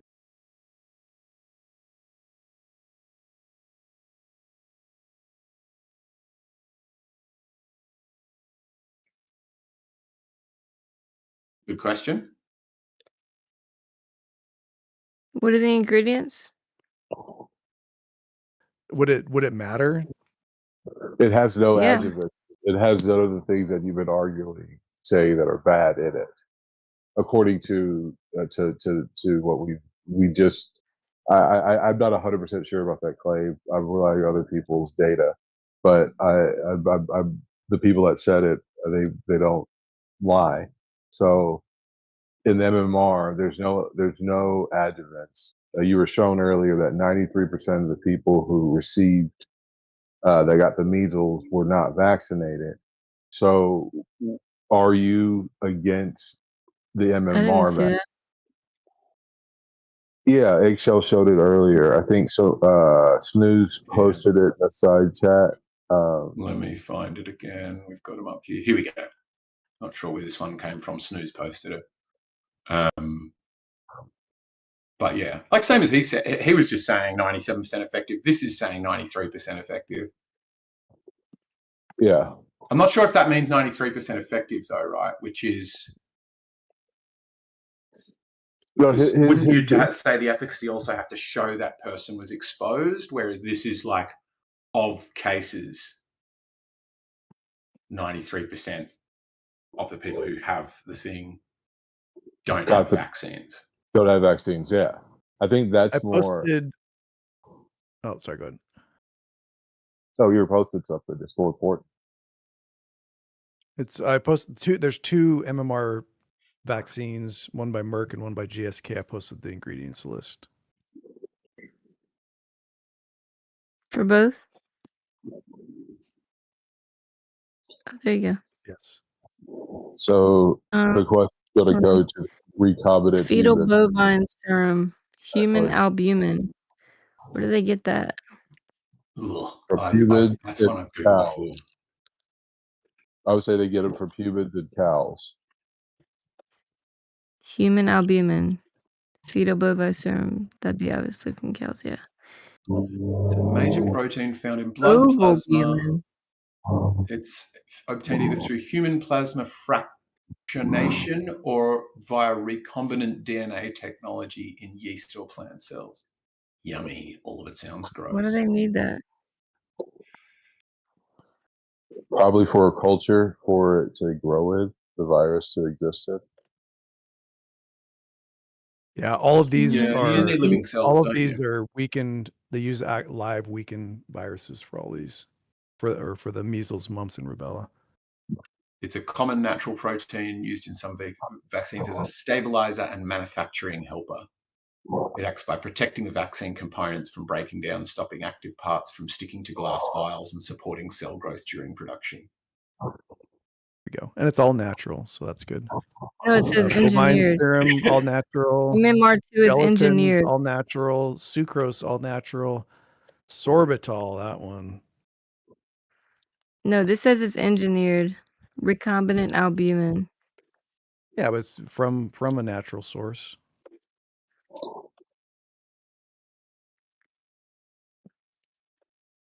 Oh, let me post this other thing really quick. I wonder how they make this recombinant albumin. Just curious.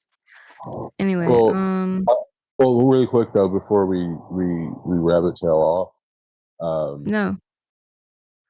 Are you, unless this is about the recombinant albumin, it would be rabbit tailing off from the question that was asked. I was just trying to stay on topic. The topic was I asked you if the like those ingredients that you saw in the MMR and the data that's been presented, even as a person who has not supported vaccines, would you support this one?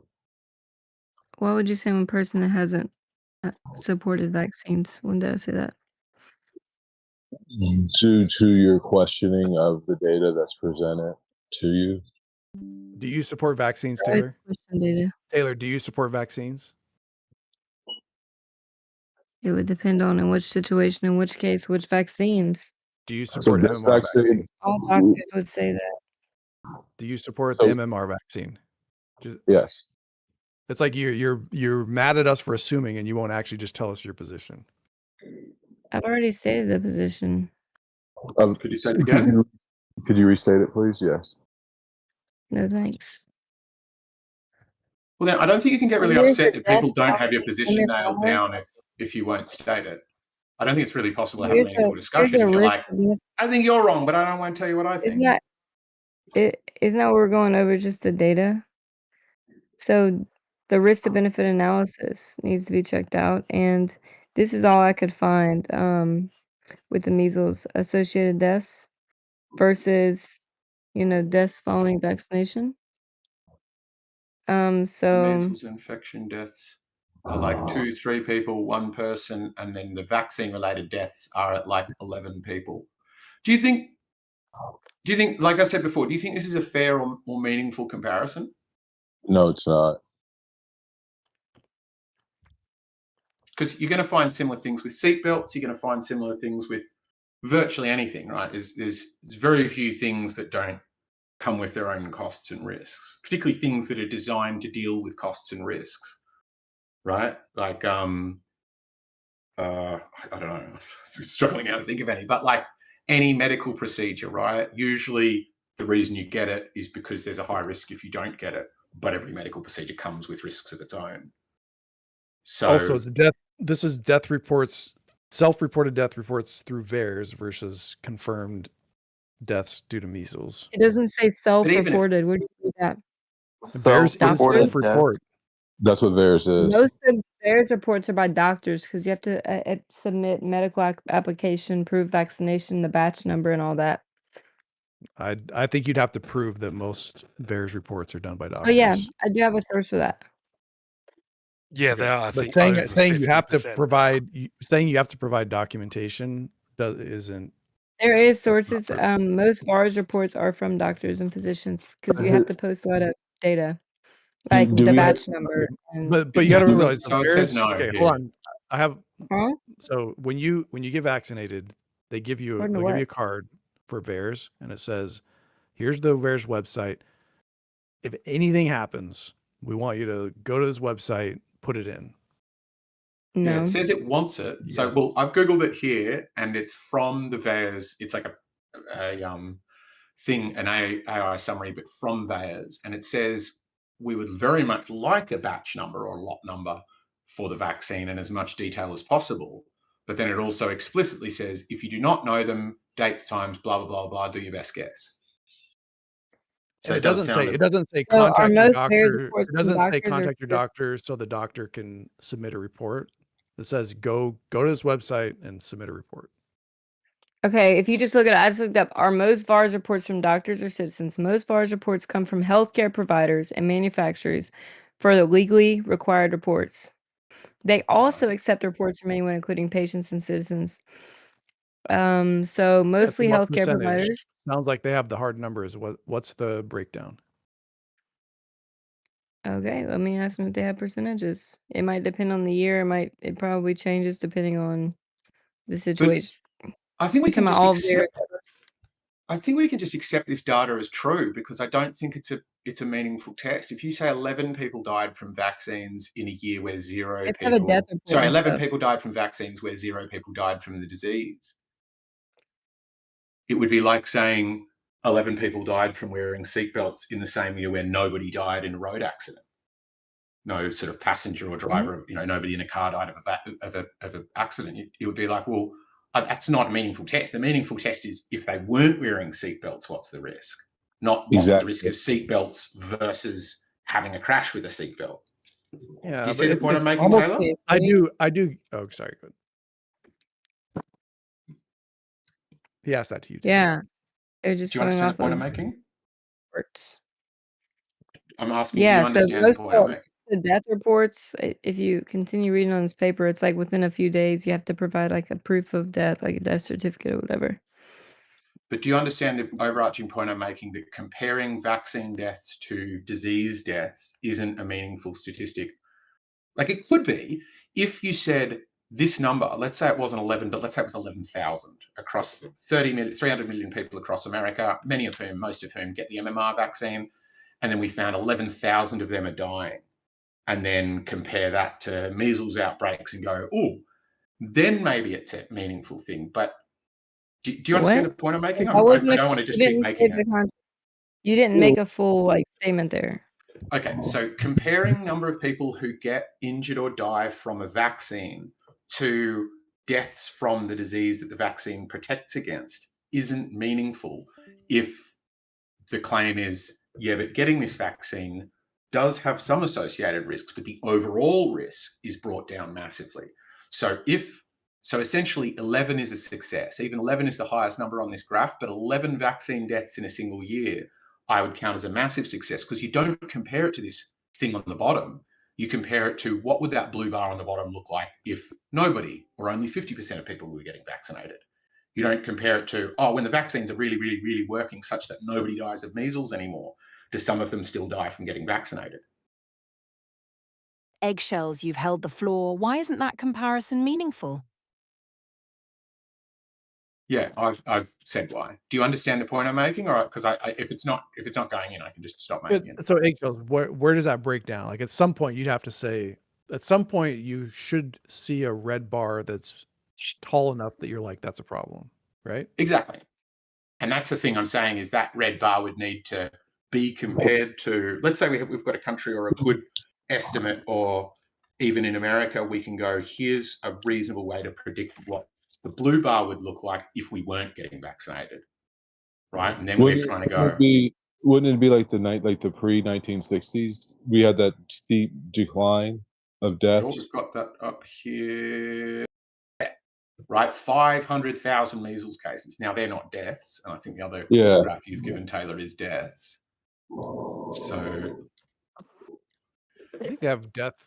I mean, even in modern times, death. This whatever CFR for measles is like. My computer died. Sorry. So, which percent of kids now are getting vaccinated? 25. What percent of kids were vaccinated with measles? I would look it up, but I have to get my charger. A lot less than a few years ago.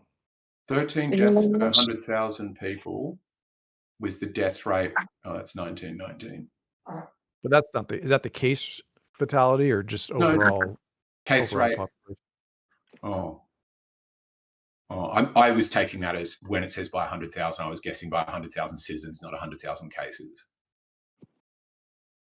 But to be fair, where is it? I think it's by case. It's pretty high. It's pretty high. My last question. What is the actual risk reduction of measles vaccine? The actual risk reduction. That's the important. That's the thing. Contracting measles it's not, so you can get rickets, you can go blind, you can get other ailments from the disease. Okay.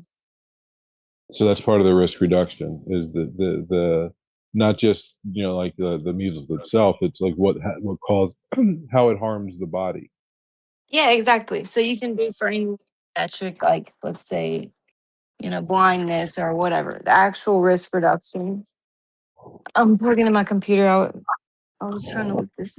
Does anybody know the actual risk reduction of the measles vaccine or cancer?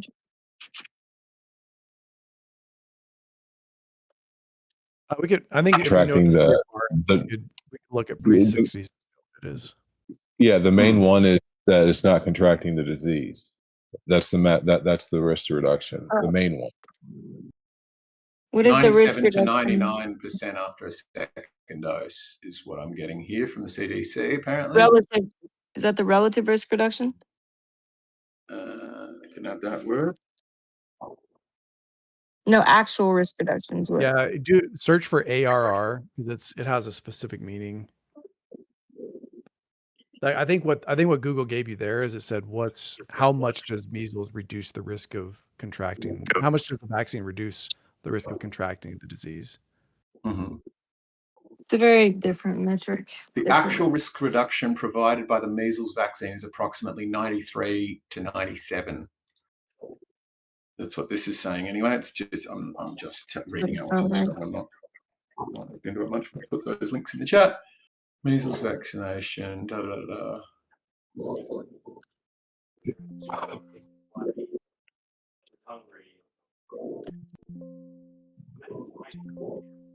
I'm not sure where they're getting it off this page because I don't find any of those words on it. Right there. Yeah, so this is just doing efficacy of the vaccine, I'm pretty sure. So, yeah, efficacy of the vaccine. So tell me again, how am I going to word it? What is the actual versus ARR, relative risk using reduction? the acronym. Mm-hmm. Okay, so relative risk I got reduction, percent reduction relative to the unvaccinated group's risk.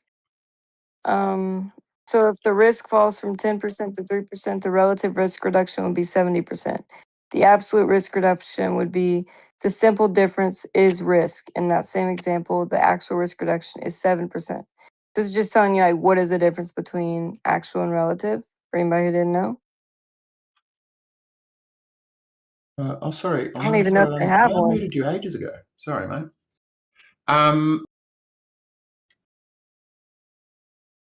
Yeah, so this is saying now 39%. Oh, maybe that's just giving a for instance. Ugh.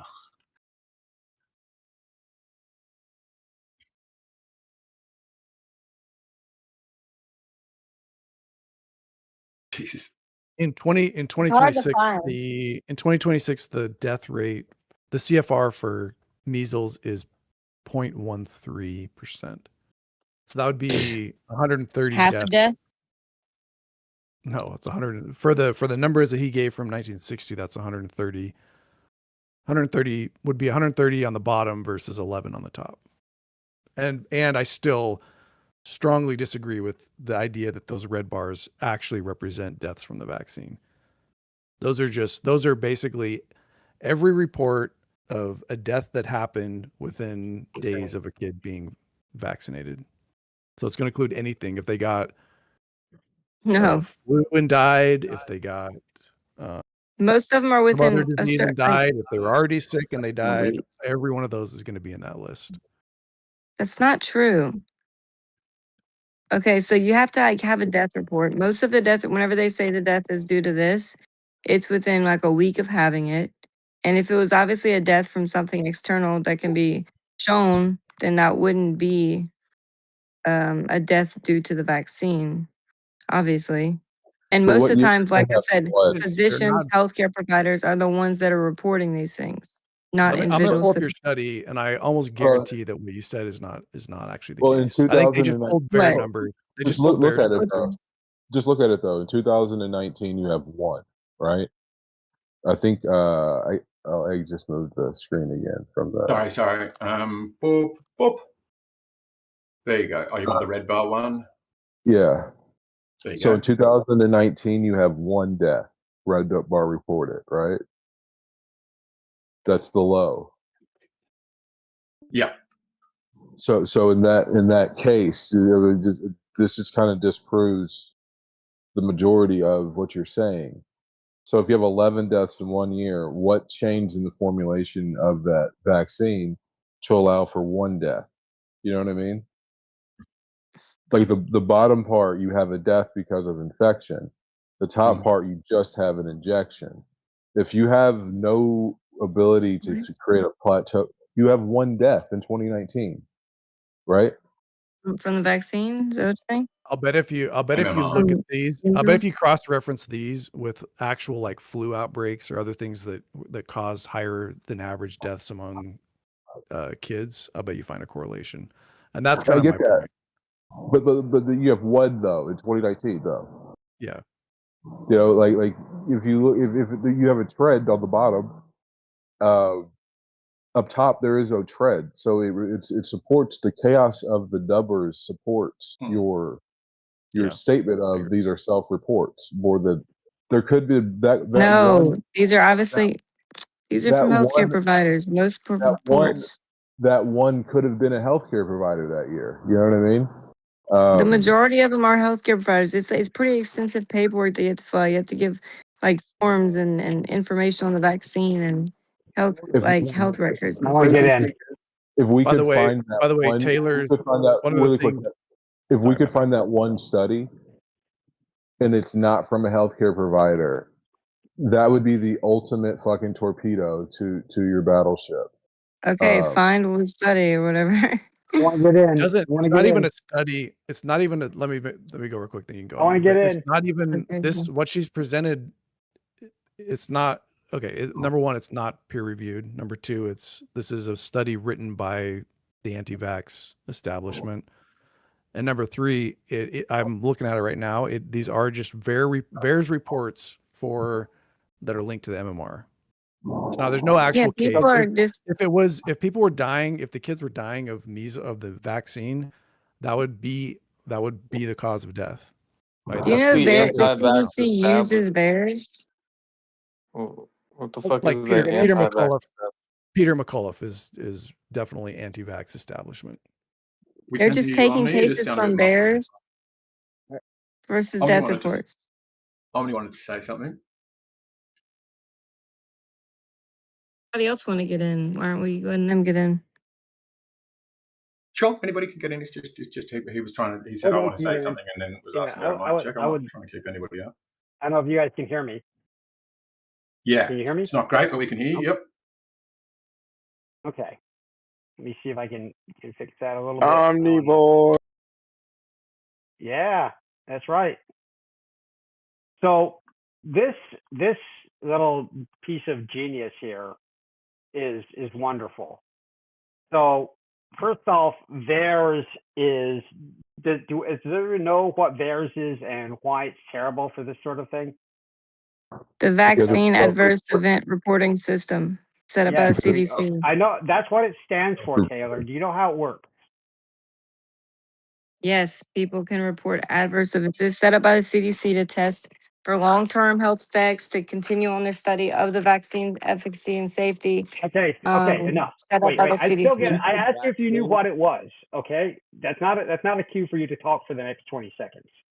Yes, it is a vaccine adverse report thing. However, as you should know, it is not in any way gated. There's not research. There's not an investigation done for it. It is just somebody thinks that that it's regarding the vaccine. Okay, so congenital conditions, accidents, everything could be in there. It's just within that window of when they got the vaccine, right? Blue, so it's maximally inclusive. Blue is only lab confirmed cases, right? And those are deaths are measles cases, right? That's what I'm thinking those are.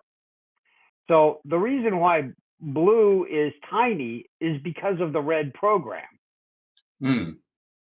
This is yeah. That's the point I've been making. Taylor, this is like Taylor. This is even bad for you. Like, oh come on, don't leave that. Really? Did you just see? Well, I've been begging for anybody to give me data on the amount of deaths from the measles and from the measles vaccine versus deaths. Nobody would give me any data on that. And I said, this is all I can find. This is from VAERS, which the CDC uses to see adverse events reported. Since nobody would give me any data, I said, this is all I can find. So you had to go to, right. Yeah. So no, that's not. I just looked it up and this was one study that actually looked at it. Even for you, that's bad. Yeah. Well, do you have any data? Engage respectfully, Omni. It's a non-peer reviewed study, just to be clear. Does anybody have data? Like nobody. Sure. Okay, you're criticizing mine. I'm going to look. Where is your data? Taylor. To figure out the absolute risk reduction. Is there any? I'm gonna go look. I'm gonna do your homework for you. I'm gonna look for mine. I've been looking this up. Are you kidding me? This was y'all's claim that it's safe. I said, what's the risk reduction? You're claiming that people are dying from the MMR. I never claimed that. I'm just posting the only data I could find. So I googled about the absolute risk reduction, and the absolute risk reduction, according to what I googled, is super dependent on how many people have measles. So to me, it would be about the worst measure, because the point of getting vaccinated isn't just to protect yourself from the adverse effects of catching a disease. It means that the overall risk to the entire community and the overall amount of measles goes down. So absolute risk reduction is it's going to be super difficult, because it will get worse as you start beating the problem, right? The apparent usefulness of getting a vaccine will drop as fewer and fewer people have a vaccine, as evidence here. Data Right? risk from MMR is small enough that it hasn't been measurable in an excess mortality signal in any large cohort study. The estimate rounds to 0 within confidence bound. So maybe there's a reason you weren't able to find the death cause there, Taylor. Yeah, I'm finding like 0.3 in some cases, but yeah, it is hard because it depends on the exposure rate, how much you're actually exposed to measles. I mean, the thing with measles is not so measles incredibly exposure from the vaccine. It's a chance of. No. Well, the I whole think purpose the of idea is finding this was an absolute risk reduction to make a risk to benefit analysis. Yeah, for vaccine, on the actual it's 3 in vaccine. 1,000. It's 3 in 1,000 versus 0 in like 40,000. So 3 in 1,000 people die from which one? Measles. Okay. We had 3 deaths from measles last year in America. Yeah, because freaking RFK, is It must be like, 3 in oh no, the vaccines. millions. What? I don't Yeah, know. now do Assuming Samoa. exposure. Taylor, do Samoa 2019. I Now, did what look up is the math the on it. death The rate? equivalent, hold on, the equivalent in U.S. Changing topic. children deaths to Samoa would be 130,000 children dying in 1 year, which would be absolutely just so you can get this. And that's a good way to look at it, right? What you would get is a stack here of maybe 11 of the highest year, and then under it, I see that's what you meant before when you said it, Pinky. And then under this, you would have 130,000. Is that what you said? 130,000? Not deaths. Is that right? Or is that if every single person catches measles, you'll get 130,000 dead kids? No, it was 130. It would be 130 deaths below and 11 on the top. Yeah, and so I was going, going. it just I was easily, going obviously makes sense.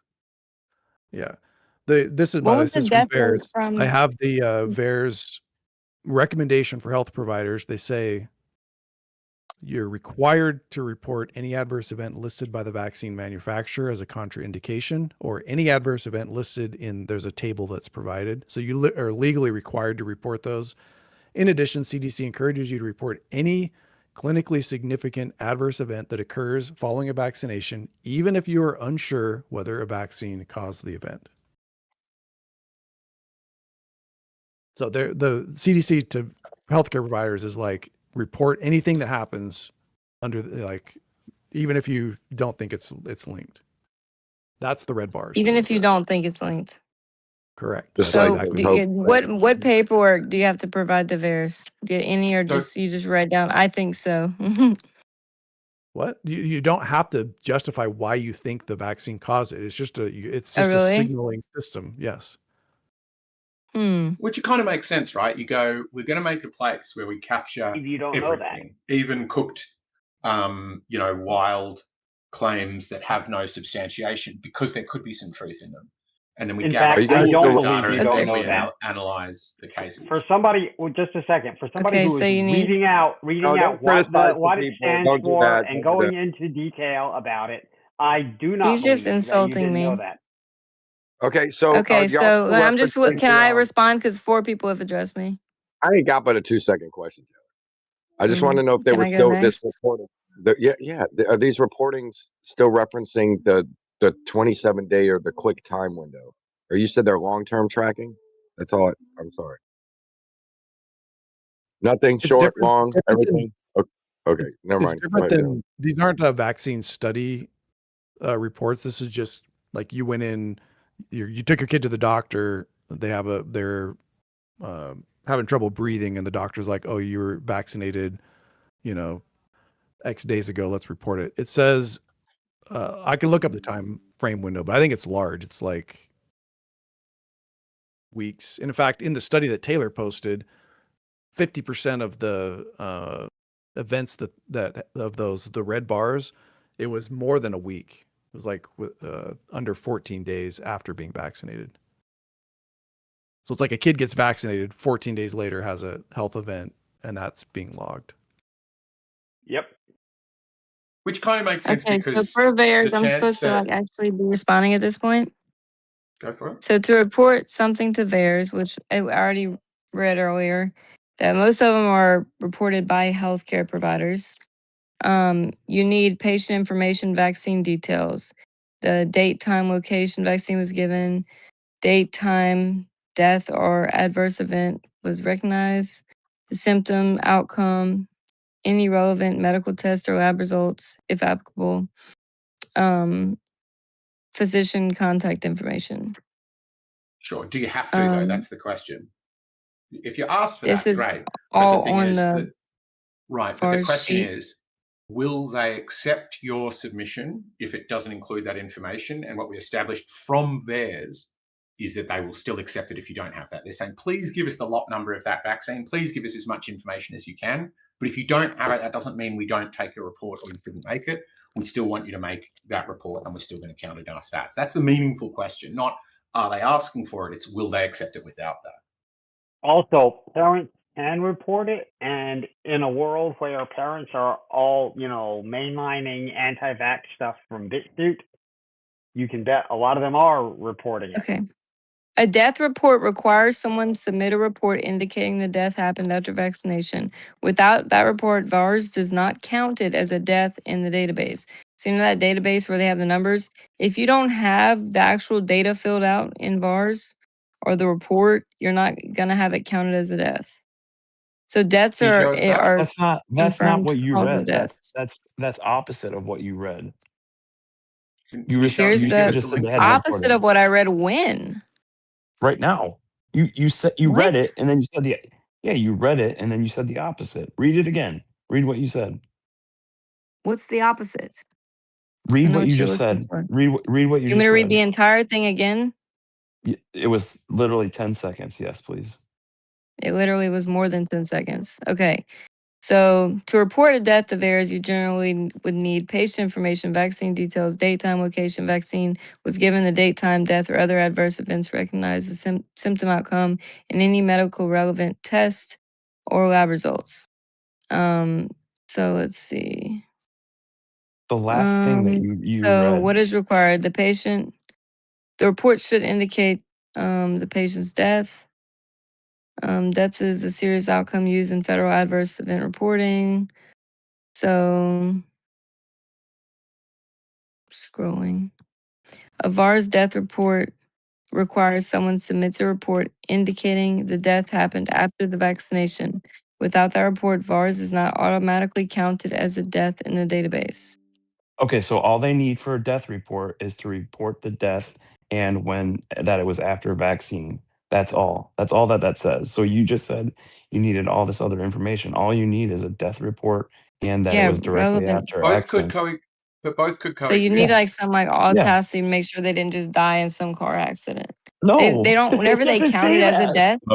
No, Do you they want me don't to? say. It Okay. doesn't No, say no, that, no. Taylor. Are You're you sure? making it.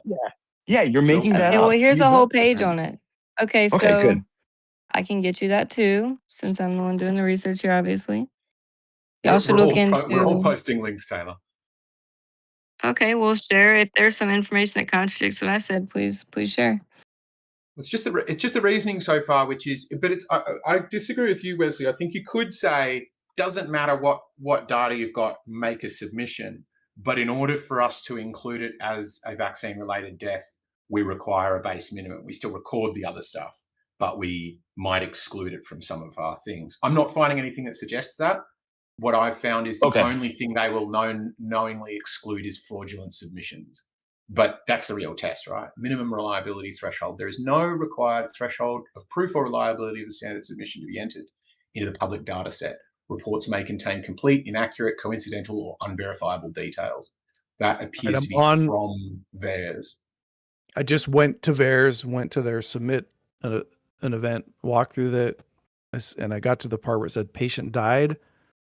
All I had to put in was the month, date, and year the person died. That doesn't mean that they accept it as a death. So they look at the reports before they count it as a death from the vaccine. Now, obviously, CDC, the CDC is supposed to investigate these deaths afterwards because this is for the CDC. This is an adverse event reporting system by the CDC that's for not the that. CDC. So prove that. That's not true, and you shouldn't, and you know that. Are you saying the CDC does not use VARS data to see long-term health effects, to study We're talking long-term about data on VARS vaccines? data. We're not talking about CDC. We're talking about The VAERS. CDC does use the VAERS data trends. Yes, we're not talking about CDC. We're talking about VAERS. Well, you just said I was wrong. Obviously, if the CDC uses VARS, that's the point of it. What's the point of VARS then? So just find me a site, because I will tell you for a fact that they do not. Who? Because it looks like everything they're saying here Who does is not? about No, I can't talk to multiple people. I'm asking Omni. Who does not what? VAERS. VAERS does not what? Doesn't. So it has they nothing do to do not. This is, I can't talk to 5 people. I'll wait. She was asking me a Omnivore, question. I asked you a clarifying Omni. question on your claim. You said you can guarantee that VAERS does not. VAERS doesn't what? They do not investigate every death attributed to vaccines in VAERS. Well, no, the CDC is supposed to go investigate it, right? The CDC Stop bringing up Hopefully they're CDC. investigating it. That's a bad thing if they're not investigating it. Apparently Taylor couldn't hear me. Okay. So the CDC does not investigate every death attributed to the vaccine in VAERS. That's crappy. They should. Well, you should know better than to. In fact, I think you do know better than take data from there. Really? So what's the point of VAERS? It's an early signal warning system that relies on passive voluntary reporting. So you should look it up. Look up what's in the point of it? Just look up in ChatGPT and it'll tell you how to use it properly. Actually, what you should do is take the study. Hold on. Take the study that you posted to us, post that into ChatGPT and say, is this a good use of VAERS data, and see what it says. Nobody else can tell me how many people died from the measles vaccine. Does anybody have data on that? Because it rounds to 0 in large cohort studies, Taylor. Okay. Well, did they investigate the death reports? So you said you just said that they don't even investigate them. But yeah, you can give me that cohort study, please. I'll tell you a little history on VAERS. It was set up in 1990 under the joint administration of the CDC and FDA.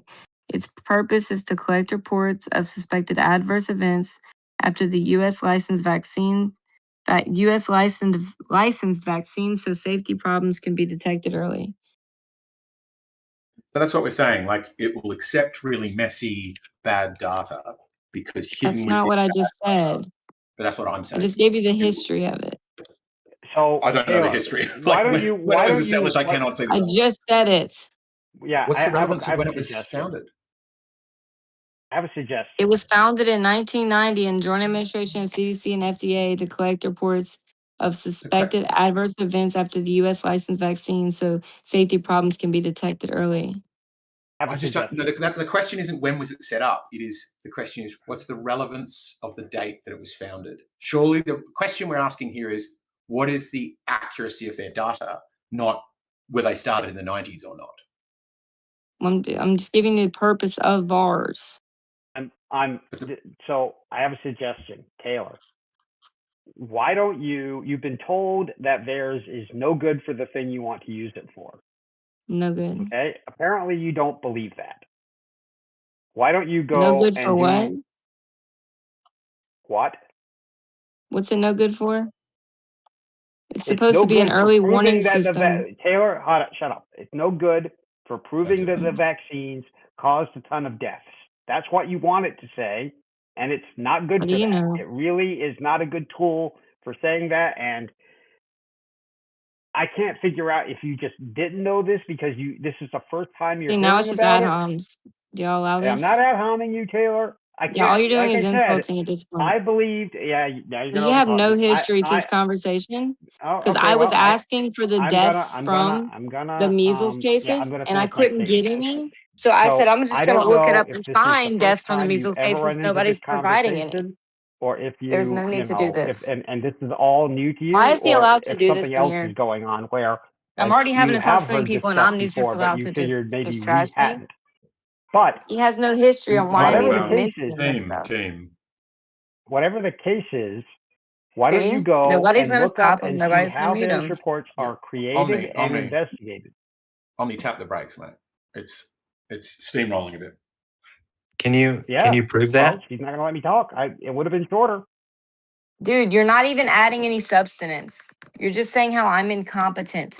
You don't even know why I looked this up, because I was wondering how many deaths there were from the MMR vaccine. Couldn't find any data. I said, okay, said the here's all I data could is find. incompetent. Someone please provide data. He said the data that you're using is incompetent, not you yourself. I heard him. He did. Is there some better data on death reports from MMR? And if they're not investigating these, then how can we be sure of that? So he made another claim that in a vast group of populations, that number rounds to 0. So you could estimate anywhere between maybe 1 to like 100 potential ones within the entire, group population. Did I miss that link somewhere?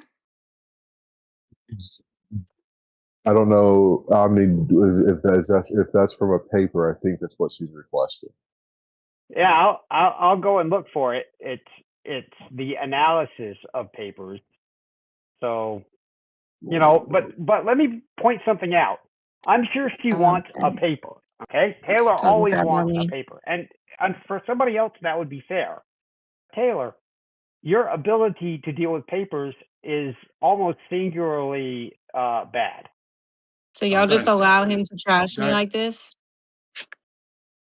I mean, that's not a great way to go about it.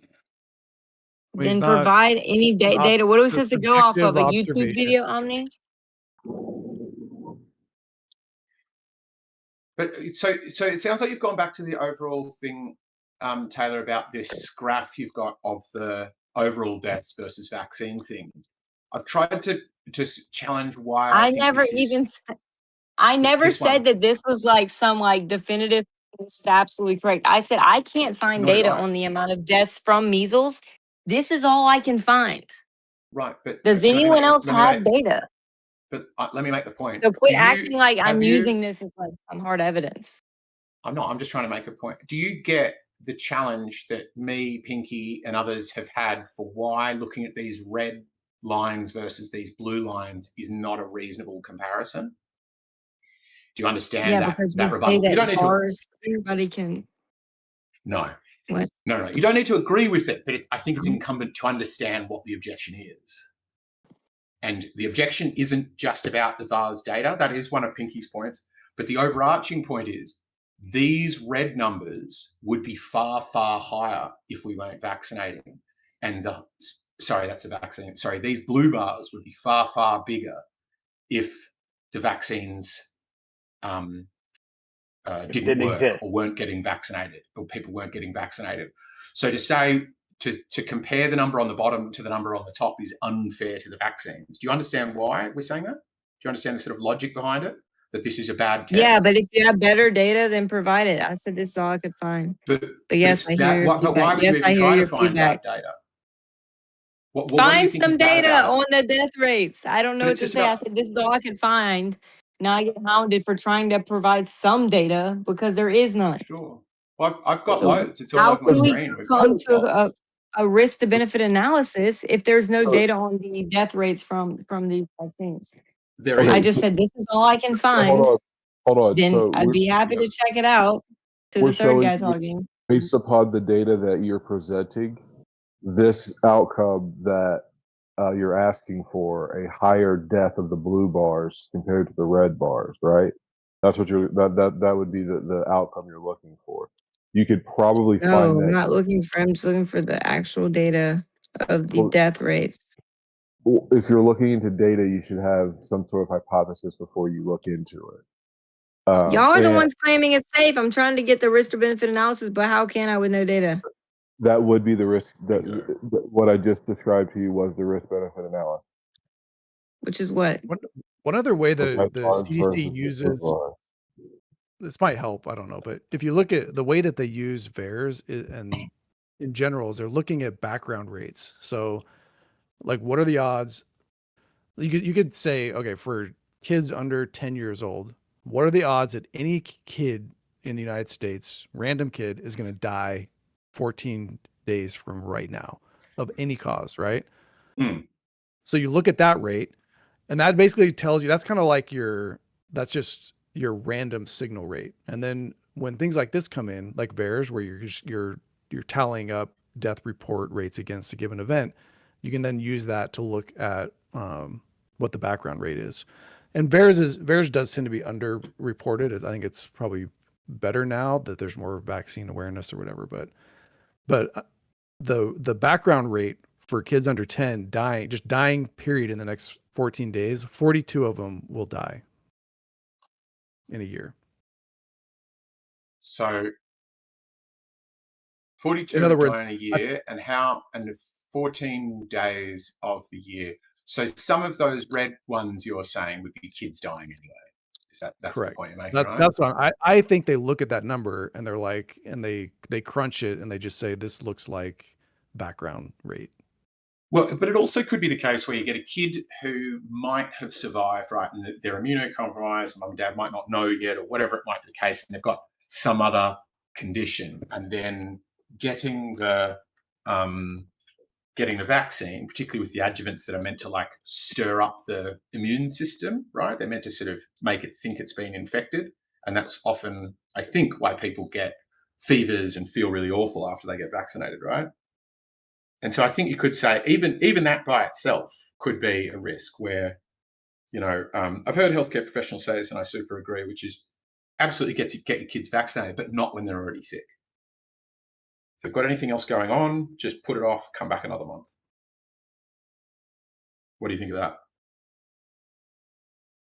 Yeah. Some of these kids here could be like midway through an awful flu / something else, and they would have got through it, but it was the time for the schedule, so they were taken in, they were given the shot, and then their fever or whatever gets so much worse that now it has effectively killed them.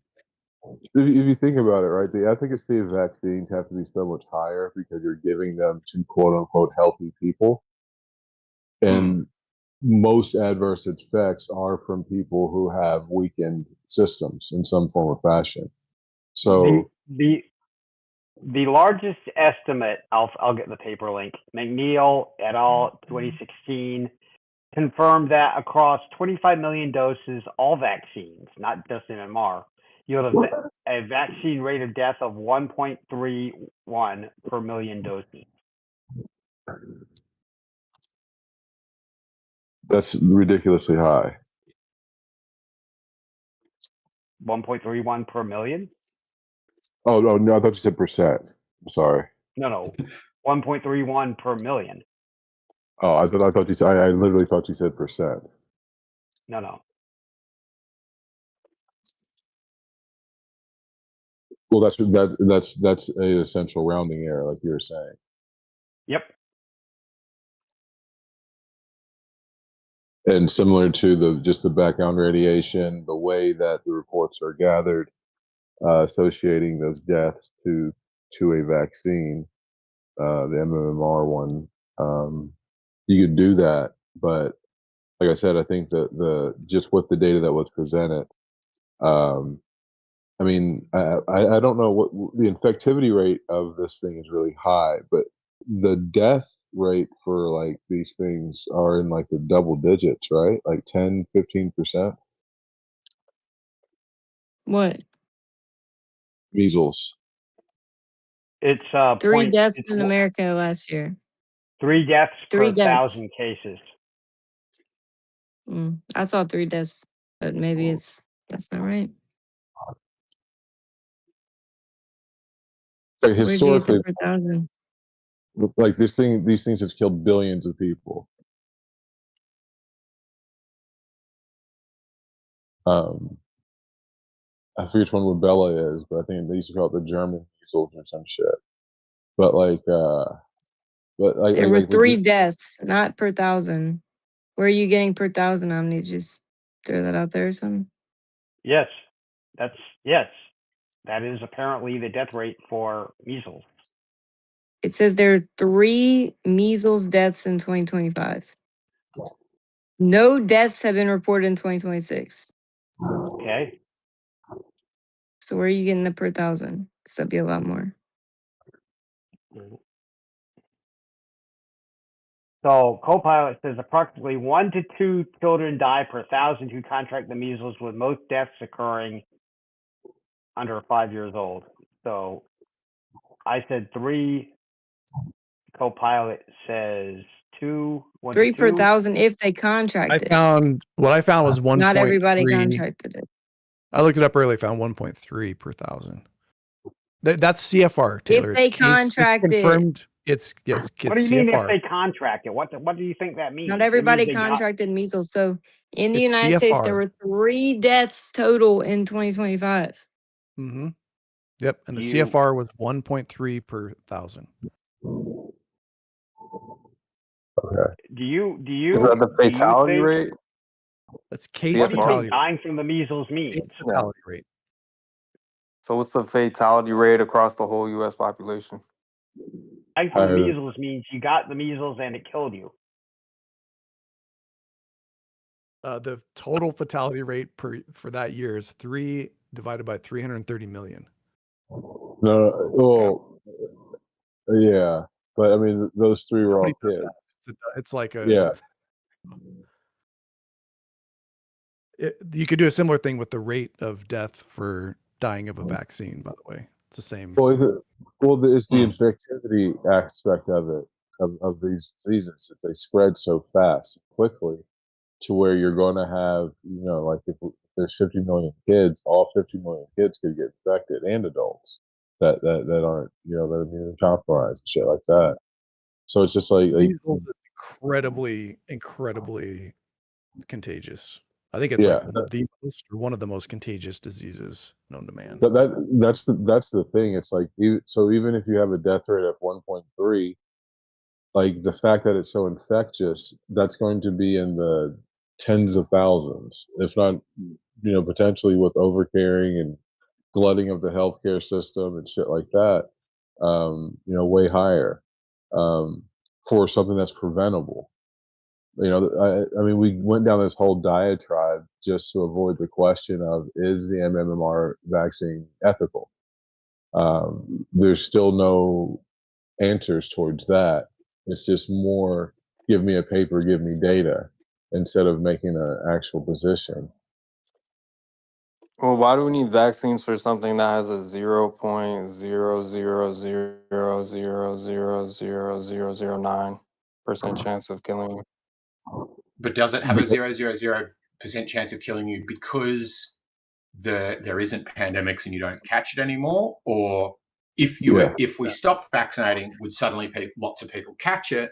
Then suddenly the risk for any American goes from like very low, nearly impossible to catch, very unlikely to die from it, to very probable to catch and very unlikely to die from it. This is what we should do. This I'm going to calculate. I'm going to calculate in Samoa in 2019 what the total population risk rate was for kids dying of measles, and we'll compare it with other things like them dying in car accidents. And what you'll find is the kids in Samoa during the measles outbreak were more likely to die of measles than anything else. So if you don't mind dead kids, then Well, that's the thing about it. It's like, it's legitimately the most vulnerable aspect of our population.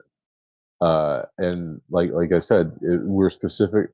One of the distractions was we didn't give a specific example of a specific thing.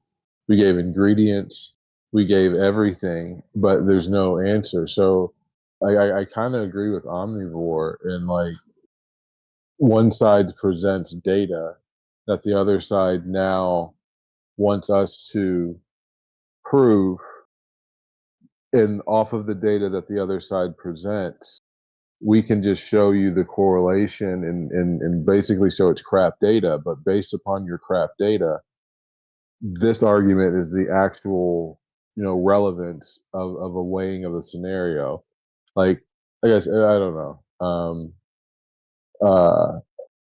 there's a direct correlation to people not being vaccinated and measles. And like Pinky said, when you do the data, this thing can end up killing like 100,000 kids and old people. It's ridiculous. It's just there's no data to support the other person's claim. History supports this. Science supports this.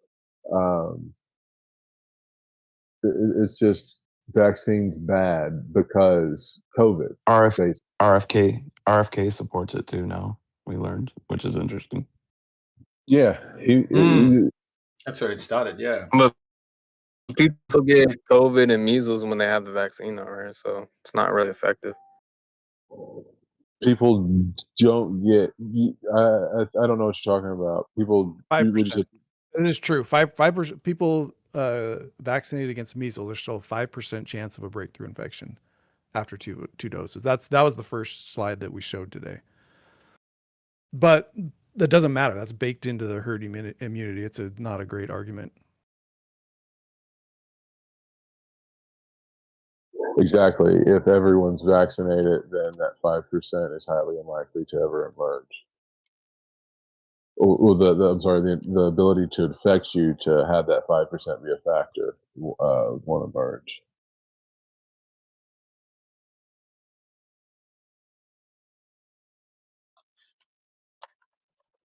So I'm seeing like a 2.8 risk reduction in Samoa, 2.8%.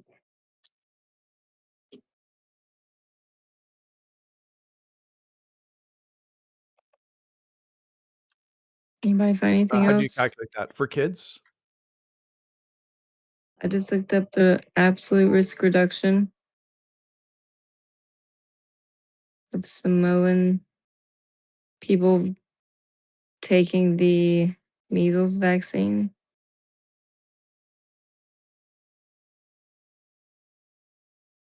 I think what Pinky was showing is upon a population level, the number of kids dying reflects a very high death rate for that measles infection. It's zero. It ended up being. It's 1 in 1,000. That actually is crazy. Measles kills 1 in 1,000 kids in 1 year. It's absolutely bonkers. Is this in Samoa? Yep. That would be. Hang on, 1 in yeah. 1,000. They 1 in have 1,000 kids in all of Samoa, or 1 in 1,000 of infected kids? No, in all of Samoa. I don't know who that was, Locksmith. I did Locksmith's math. There were like 80 deaths total. I believe around 60 of them were children, and there's 55,000 children in Samoa.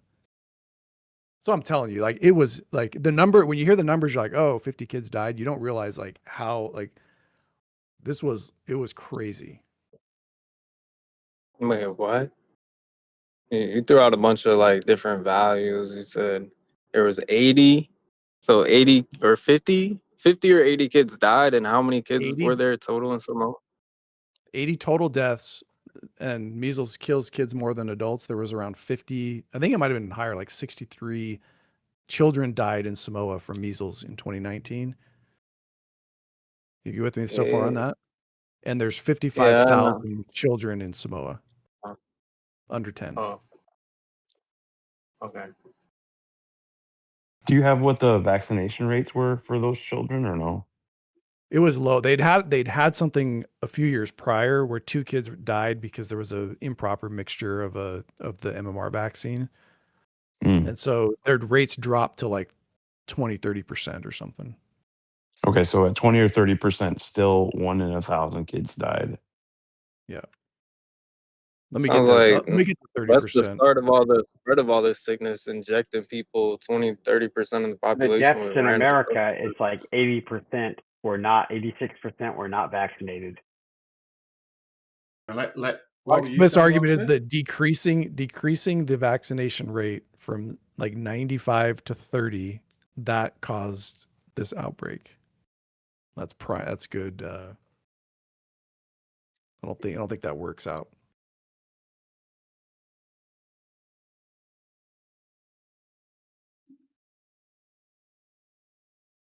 Do we have the data on how many vaccinated kids in Samoa died in the outbreak?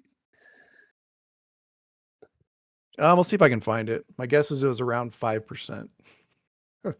Wild stab in the dark.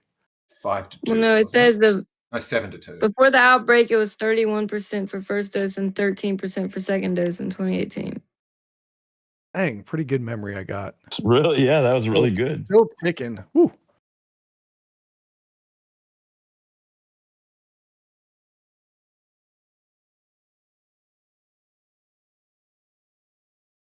Obviously, a lot more some kids were infected, so we could possibly look at percent.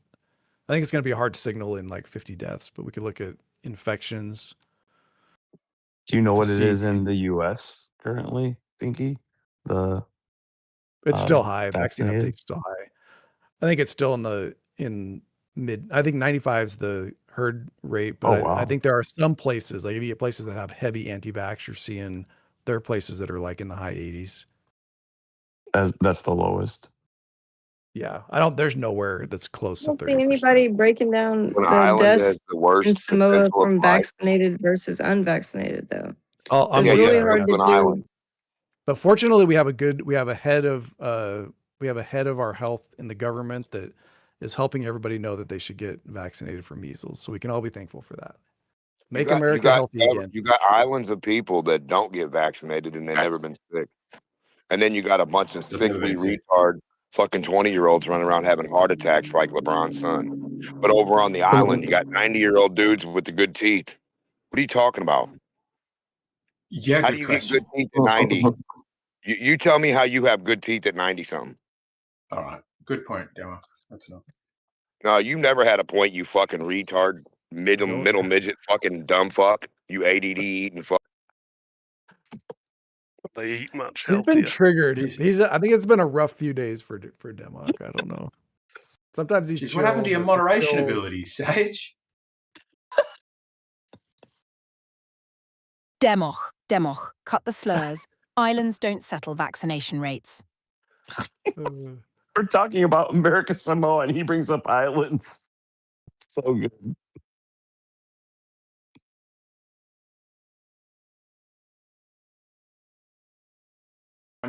So what was I looking for? That's not it. Where was it? Here we go. So due to the measles outbreak, can you help us compare? Just chat. We don't need co-work. Can you help us compare vaccinated versus and risk?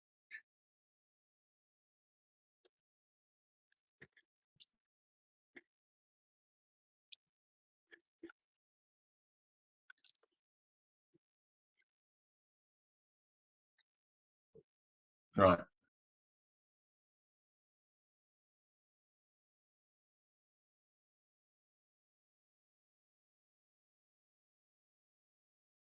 One in 1,000 kids in Samoa die. But you can see why they'd be sus on it, right? Because even if you're like, look, vaccines work and viruses are real, but sometimes they give us viruses in the vaccine, so we can't trust them. And it would just send vaccine hesitancy through the roof.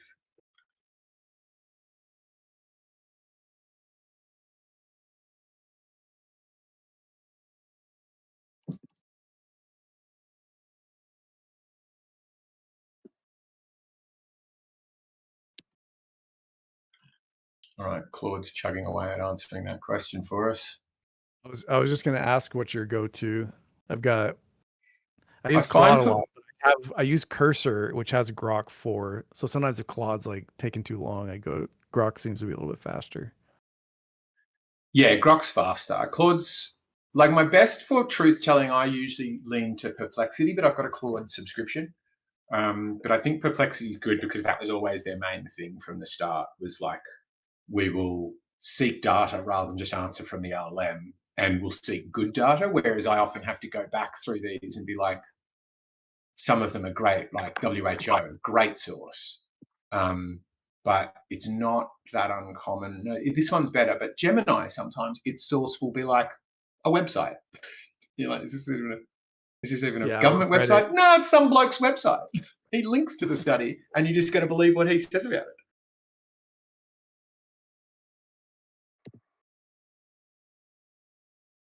pediatric rash outbreak with initial positive, blah, blah, blah, blah, blah. It's so hard to find this data, dude, on like before and after they start taking vaccines to find any actual risk reduction. It's just like freaking impossible.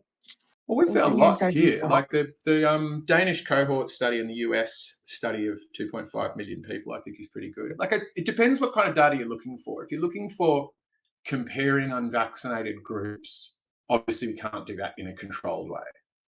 So you have to look for uncontrolled things like the Samoan measles outbreak, where people choose autonomously to not get vaccinated, and then you have to look at that data. But because it's uncontrolled, you have to go, what are the other factors in Samoa? You might find that parts of their life make morbidity higher, but maybe parts of their lifestyle makes morbidity far lower. And so it's not the same as if you get a random smattering of different ages and ethnicities and social things. So I haven't clicked the source yet, but this is no, let me read it first, actually. Hang on, so it has 5,700 confirmed cases, where investigators published that breakdown directly. Right, I see. So there's a Jerusalem one where it had an outbreak. Oh, of course, because their Orthodox community don't get vaxxed, do they? can anybody find death rates in Samoa before and after they started getting vaccinated? Of measles or whatever? All-cause mortality, anything. It's like freaking impossible. Yeah, I've got it on my screen. Amazing. It's amazing So living. this is saying 83 deaths. I can't see. Yeah, and Okay, then Case sounds about CFR right. is 1.5%. So 83 out of are you talking about in 2019? 5,707. It's interesting, and that's like it's interesting because that's a 100 times worse CFR than the United States, which would point at probably just worse, not as good of a healthcare system and overload. I know they had it was like they went on severe lockdown, so people weren't even able to get proper help or whatever. So in theory, it could have been lower. Wait, so MCVI coverage 2017, what is this? I don't know, what is it? Oh, like the coverage of the vaccine? How many people got the vaccine? I see that one. Measles containing vaccine, so MCVI 1. That's pretty high vaccine rate, 2018. Oh, so one, but wait, wait, when do you get the measles vaccine? Don't you get it in the first year or so? I'm not sure about it in Samoa, but this is showing that in 2017, it's like 74 to 75% of people are getting vaxxed. And then by 2018, that's dropped down to 13 to 28%. So it's kind of done. But that would just be for the newborn. I mean, that'd be so a lot of the kids would already have the vaccine at that point. Mm-hmm. You see what I mean? Because don't you get measles like in the first year, the MMR? Yeah, and that's why children were 87% of all deaths. The newly not vaccinated. Once measles gets there, at least the way I'm reading it is, the unvaccinated people in that young group are the ones most likely to get it. But I think that's true. It's been historically true anyway, regardless. Like even in old times when they didn't have a vaccine, it affects young kids more than old people. Right. So we've got Samoa. Oh, right. So it's comparing. That's quite a good way to do it, I think. So what it's got up here for people not watching along is it's just got other Polynesian islands. They're Polynesian, aren't they? Samoa, Tonga, Fiji, American Samoa, and Kiribati. And it's showing that in Samoa, the vaccine rate collapses to 30 to 40%, and then they get a massive number of cases. But Tonga is the next on the list with nearly a tenth as many. Not quite. Did it say 87%? So what's the death right now? Eggshells. What was the rate? Dang. The deaths in children was 87% of all deaths.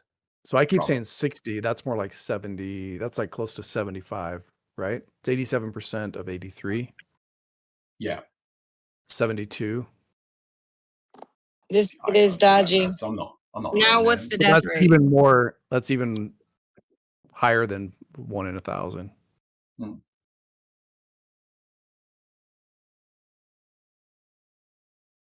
Did they stop taking the death rate now?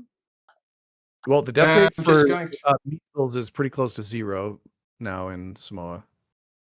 Yeah, so and that's what it's pointing out here. Where are Tonga you is an getting interesting this? control. It has a substantial case count but 0 deaths. That tells you the case count and death rate aren't driven by the same thing. Tonga's outbreak concentrated on 10 to 24-year-olds with a lower intrinsic mortality risk. While Samoa's, so they both get measles, but the people catching it in Tonga are adults who've not been vaccinated, whereas in Samoa, due to the vaccine hesitancy in kids, it's infected them the most, and then they're also most susceptible, it seems, to death. So what's the death rate now in Samoa, like last year of measles? Let's see if it already put it in here before I add another thing. Did that say the actual risk reduction was 0.7%? Death. What are you after? The overall. Yeah, it was just on your last screen. That's kind of what I found too.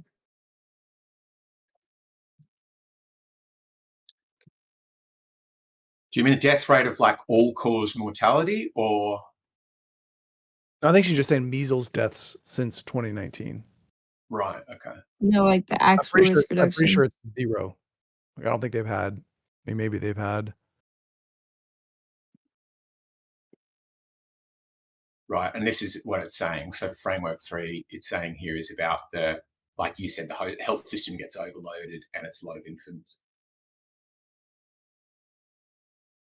See, what's that right there? 0.7% of the chances.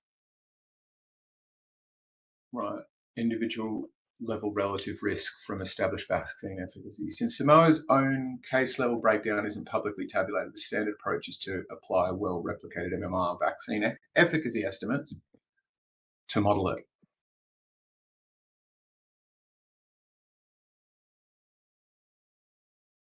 Yeah, that makes it very dodgy. Why is that? Because it's not a one-to-one comparison. Sure, it's like it's going to be difficult to detect. It's going to be difficult to do stats, but it doesn't mean, like with numbers that big, when you're getting to 93 and 97, it's even a bit of noise is going to make it still a significant improvement in safety, I think. Yeah. You just don't have enough. You don't have enough numbers to power the statistics. Case fatality rate, right? Samoa's 1.5% CFR is roughly 5 to 15% times, higher than the death rate typically cited for measles in well-vaccinated, well-resourced health systems.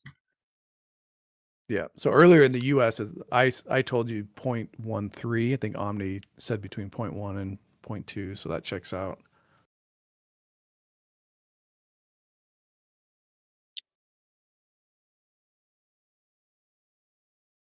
I don't have a source for it, but it says no public reports of further measles deaths in 2021 through 2025.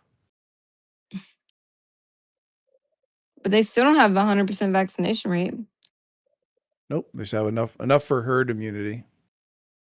And the U.S. doesn't either. The U.S. has been above 95%, but the U.S. didn't have a single measles death in a long time. I think 10, 15 years without a single death. Yeah, they don't have a good death rate for it because it's in between 2 census years, it's saying. So their census is in 2016 and the next was 2021.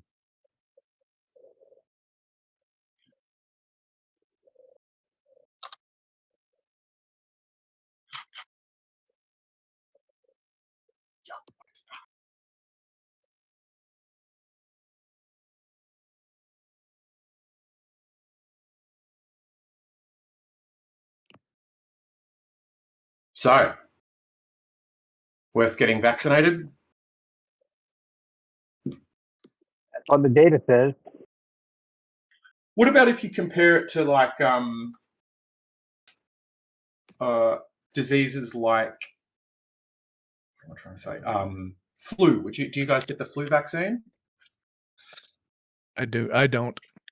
Yeah, I don't. not like a conscientious objector, though. I'm just, well, maybe partly on, but not because I think it's bad for you. I'm just like, spending up there every year to feel like crap after getting a shot, on the off chance that I might have got something I would likely survive anyway, on the off chance that when I got it, I might infect somebody who didn't survive it. Well, and Well, when I oh, go ahead, Wesley. I was just gonna say, I don't get it, but when I do get the flu, I was like, dang it, I wish I had the flu vaccine because it's the worst week ever. But then I'm never sure, because I never go, if I'm feeling unwell, I don't really go to the doctor and go, can you tell me if this is the flu or not? Yeah. So I've got no idea how many times I've had the flu versus a cold.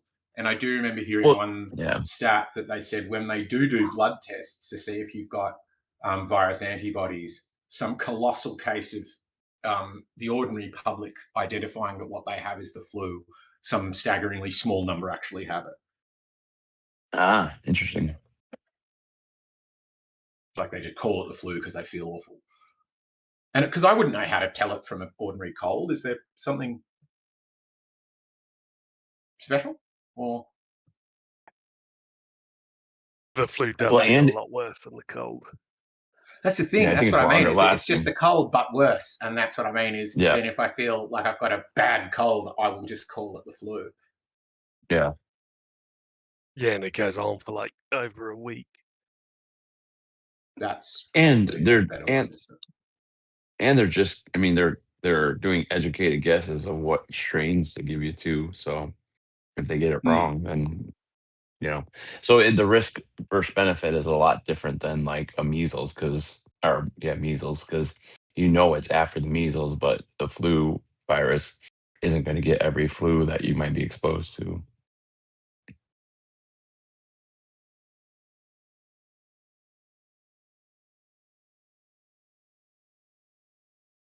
So I stopped having vaccines like 5 years ago, and I've noticed in the last like 3 years I haven't had a single cold or flu.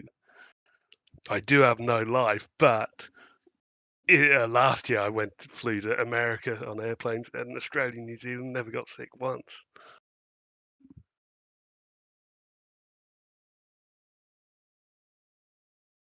Yeah.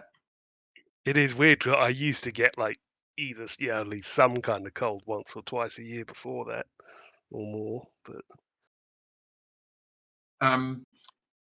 it's an interesting one, that, because I've often felt the same thing where I was like, I never used to get headaches much. And then I remembered I just started doing it when I was like, I'm going to go deliver a workshop today.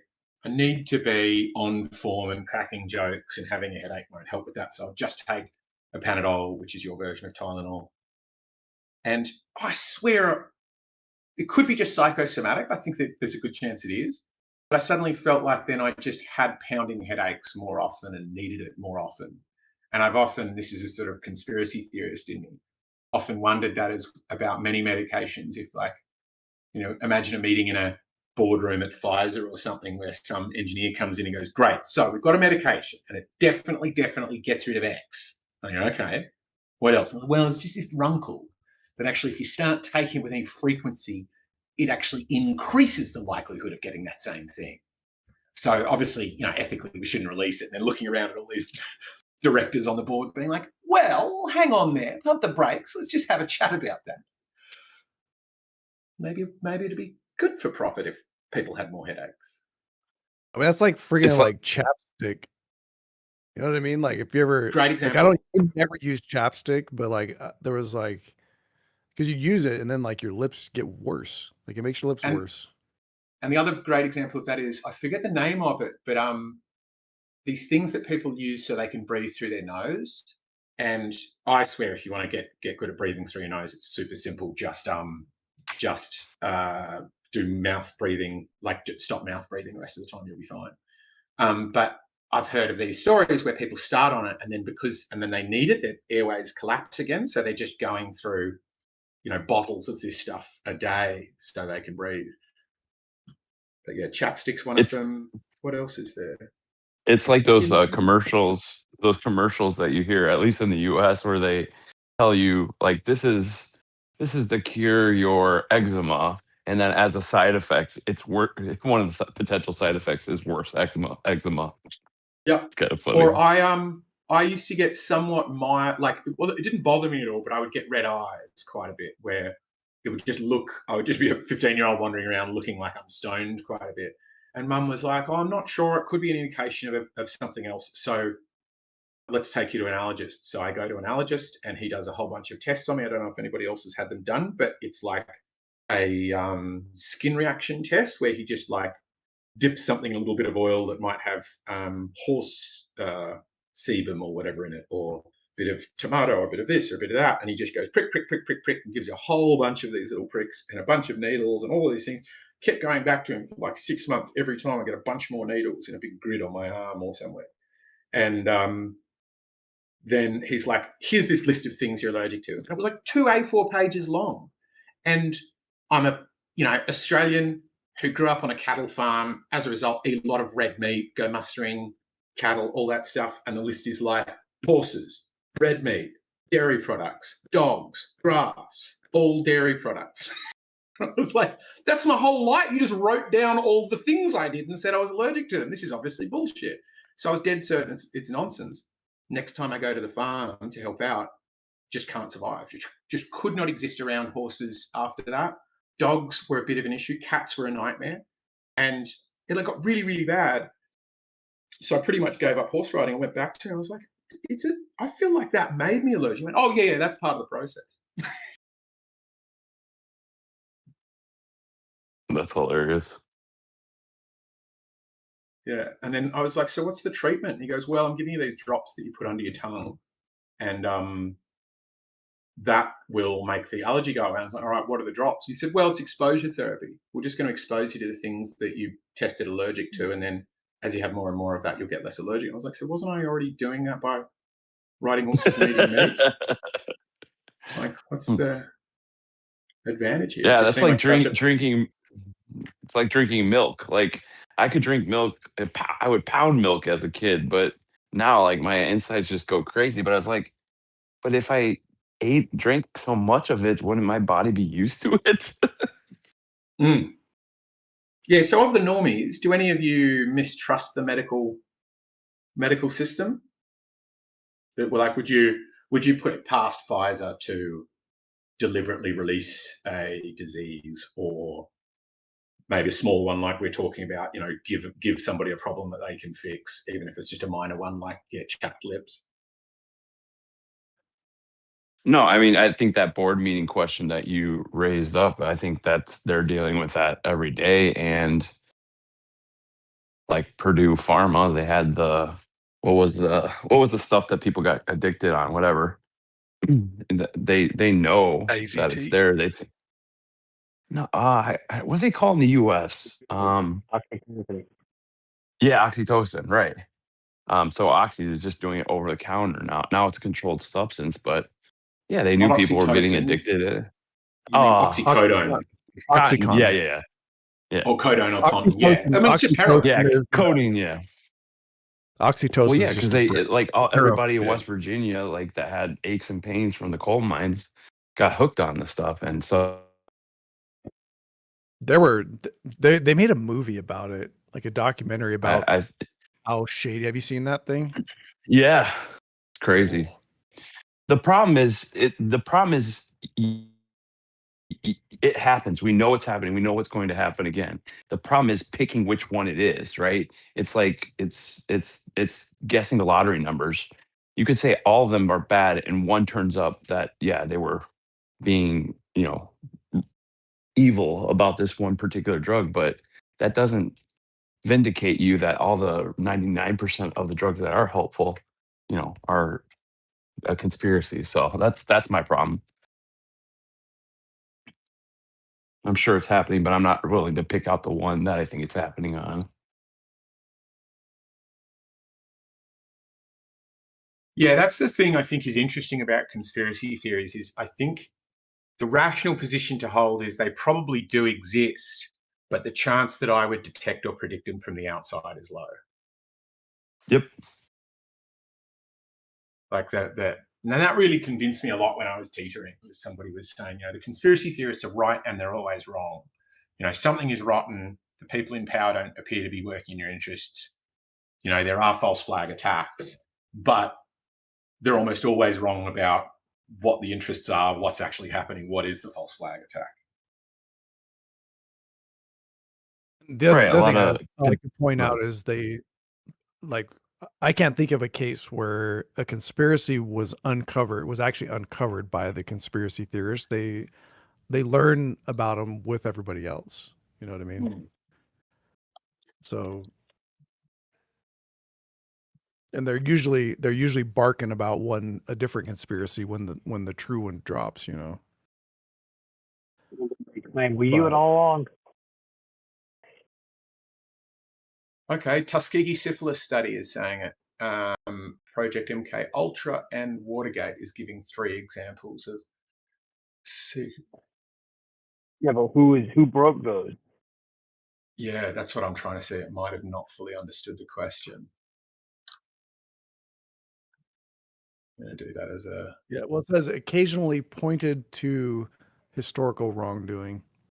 It's kind of like with the Epstein thing. They're like, the government's run by pedophiles that run this global conspiracy ring, and then the Epstein story breaks again, and they're like, "See, we told you," but it's not. It's like not the one they're actually saying. It's the Epstein one is kind of close though, right? That's one of the strongest, which is to suggest your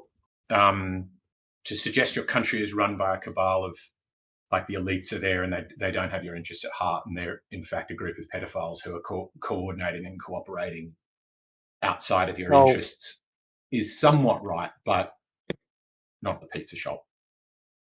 So first off, most of the people that Epstein was, that are in the files that we have are not by and large politicians.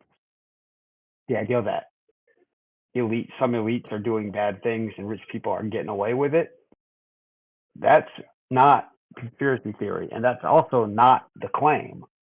The claim is that there is this edifice that seeks to continue and promote this, that you join the club when you become a politician. You're either selected because you're compliant or whatever, and you join the club and you become involved into this, and that it's got satanic rituals and none of that is actually part of the Epstein. Well, I don't think all of the people involved have to be politicians for it to show that the world's being run by them, because to me what it exposes is how power works, which is you only need a couple of politicians on a trip and a lobbyist here, but what you really need are other power brokers who aren't up for election, which is people like Bill Gates, where I imagine most politicians on both sides of the aisle would listen quite keenly to what Bill's got to say and want him on their side. And so it's not just about the politicians, it's also about the who else wields the controls of power. Is it wealthy? Is it government? Is it, I guess in other places it'd be military, but probably not in America. I mean, I think if you squint, you can kind of make it work. But, everyone who says, we knew about this first and never freaking heard of Epstein until, in 2000, whenever the first thing was, 2003, 2000, the first trial. Oh, 2008, I think it was. Yeah, 2008, yeah. They never heard of that.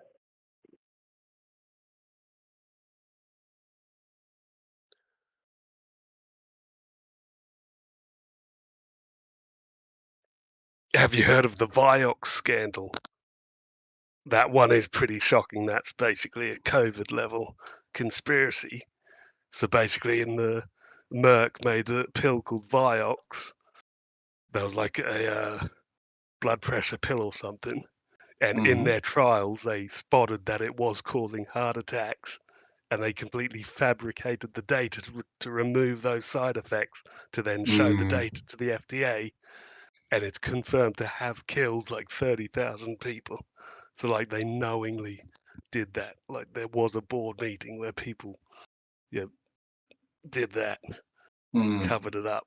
And the pill was proven, to have done more harm than good. It's not like it was a cost worth paying. So that's like, I reckon that is sort of as bad as the COVID level conspiracies we're claiming.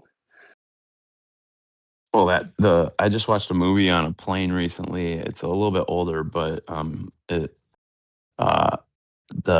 Dow Chemical with the Teflon, like they knew it was causing these problems with the forever chemicals in the water, and whole towns were getting these cancers, and they knew about it, and they tried to infiltrate the U.S. So we know it's going to happen. It has happened. It's going to happen.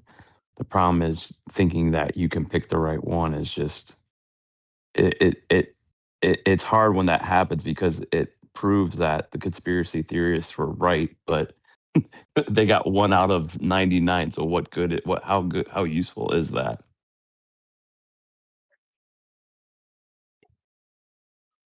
Give it another 5 years, we'll have a 99% hit rate.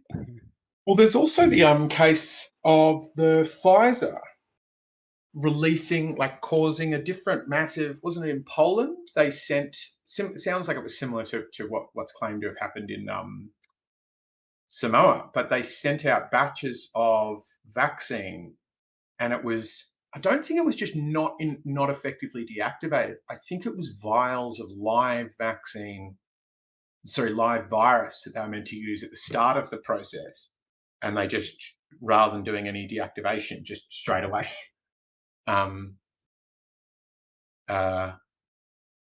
sent them out. And there was a big, do people know what I'm talking about? Yeah, I know the live vaccine release. I don't know much more than what you just said, but yeah, I've heard of it too.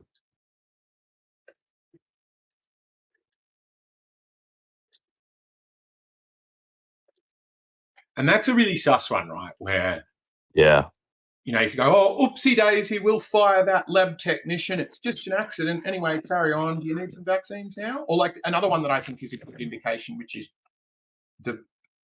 something like, or nearly 100% of polio cases nowadays are vaccine-derived polio. And I get the logic of it, which is if you're in a country like India, where you might have a far-flung village that is like, a 4-day walk, and a mum with 6 kids, and it's just not reasonable to expect her to bring those kids in one by one each time they get to that stage in their schedule that they get a vaccine. So they sell or give away oral vaccines. The oral vaccines, allegedly in order to work, don't have deactivated virus. They have live virus, but the idea is that the virus is a sort of not very strong form of polio. So you give that to your kids, but of course it's a waterborne, it's a fecal oral route virus. So those kids get it orally, get the immunity, then poop it out. And in countries where the kind of place where you would give them a pill is quite often going to be a poor place, poor places also have poor sanitation. So you find these massive outbreaks where the somewhat poor kids go and get the vaccine, and then they poop it out, and then the other kids now catch polio and fare worse from it, which I think is very interesting, rather than going, oh, we'll make because it becomes not a circular economy, like a self-sustaining thing, where the more vaccines you sell, the more vaccines you need. Yeah, that's interesting. And I hadn't heard of that one. I'd heard of Vioxx. Vioxx is interesting. I mean, one of the things, I hate this story because I don't know, I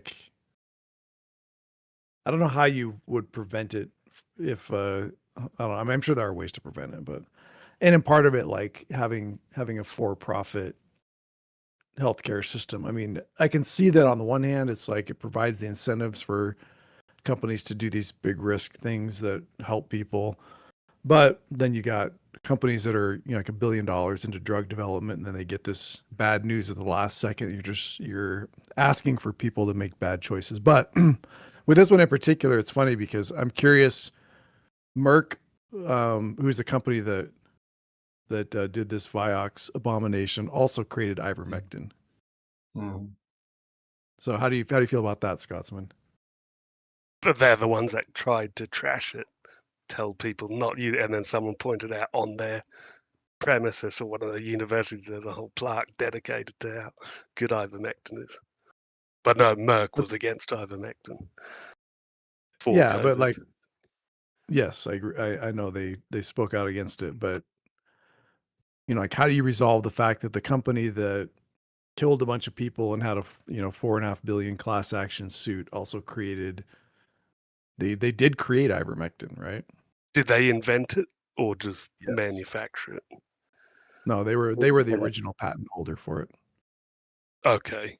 Well, I mean, yeah, I do believe like a lot of medicine is good, but like, and like with companies like that, ivermectin was like 40 years ago, I think. So like, yeah, different leadership, different corruption or whatever. So it wasn't corrupt. Would you say that it wasn't corrupt 40 years ago then? Probably, but I don't know in the case of Merck. But it's just with ivermectin, we've got so much data on how safe it is. Like, I don't need to trust Merck. But like, why would you say it's safe if you don't believe? This is kind of what I'm pushing on. Is there's always this like, it's like this tendency to like flip the card over and want to argue from both sides of it. So one, if you say, well, we don't have good health data on any of these things and they fake everything and they lie to us, then how do you know that they didn't lie about ivermectin? Yeah, I think they've gotten more corrupt in recent years. But like with ivermectin, like it's used by billions worldwide, and the side effects profile is very well known. So like, I wouldn't need to trust Merck at all. But I get I mean, what if you we mean. could Like, say that, if they're an evil company, why did they make it? but we could say that But about yeah, vaccine. Vaccines are used by billions across the world. The safety profile is well known. Like, why would you accept what you said about ivermectin, but not the one about vaccines? Ooh, I can I'm still say. not satisfied by the studies on vaccines. Like, I looked into that study we mentioned earlier, the Danish MMR vaccine autism study.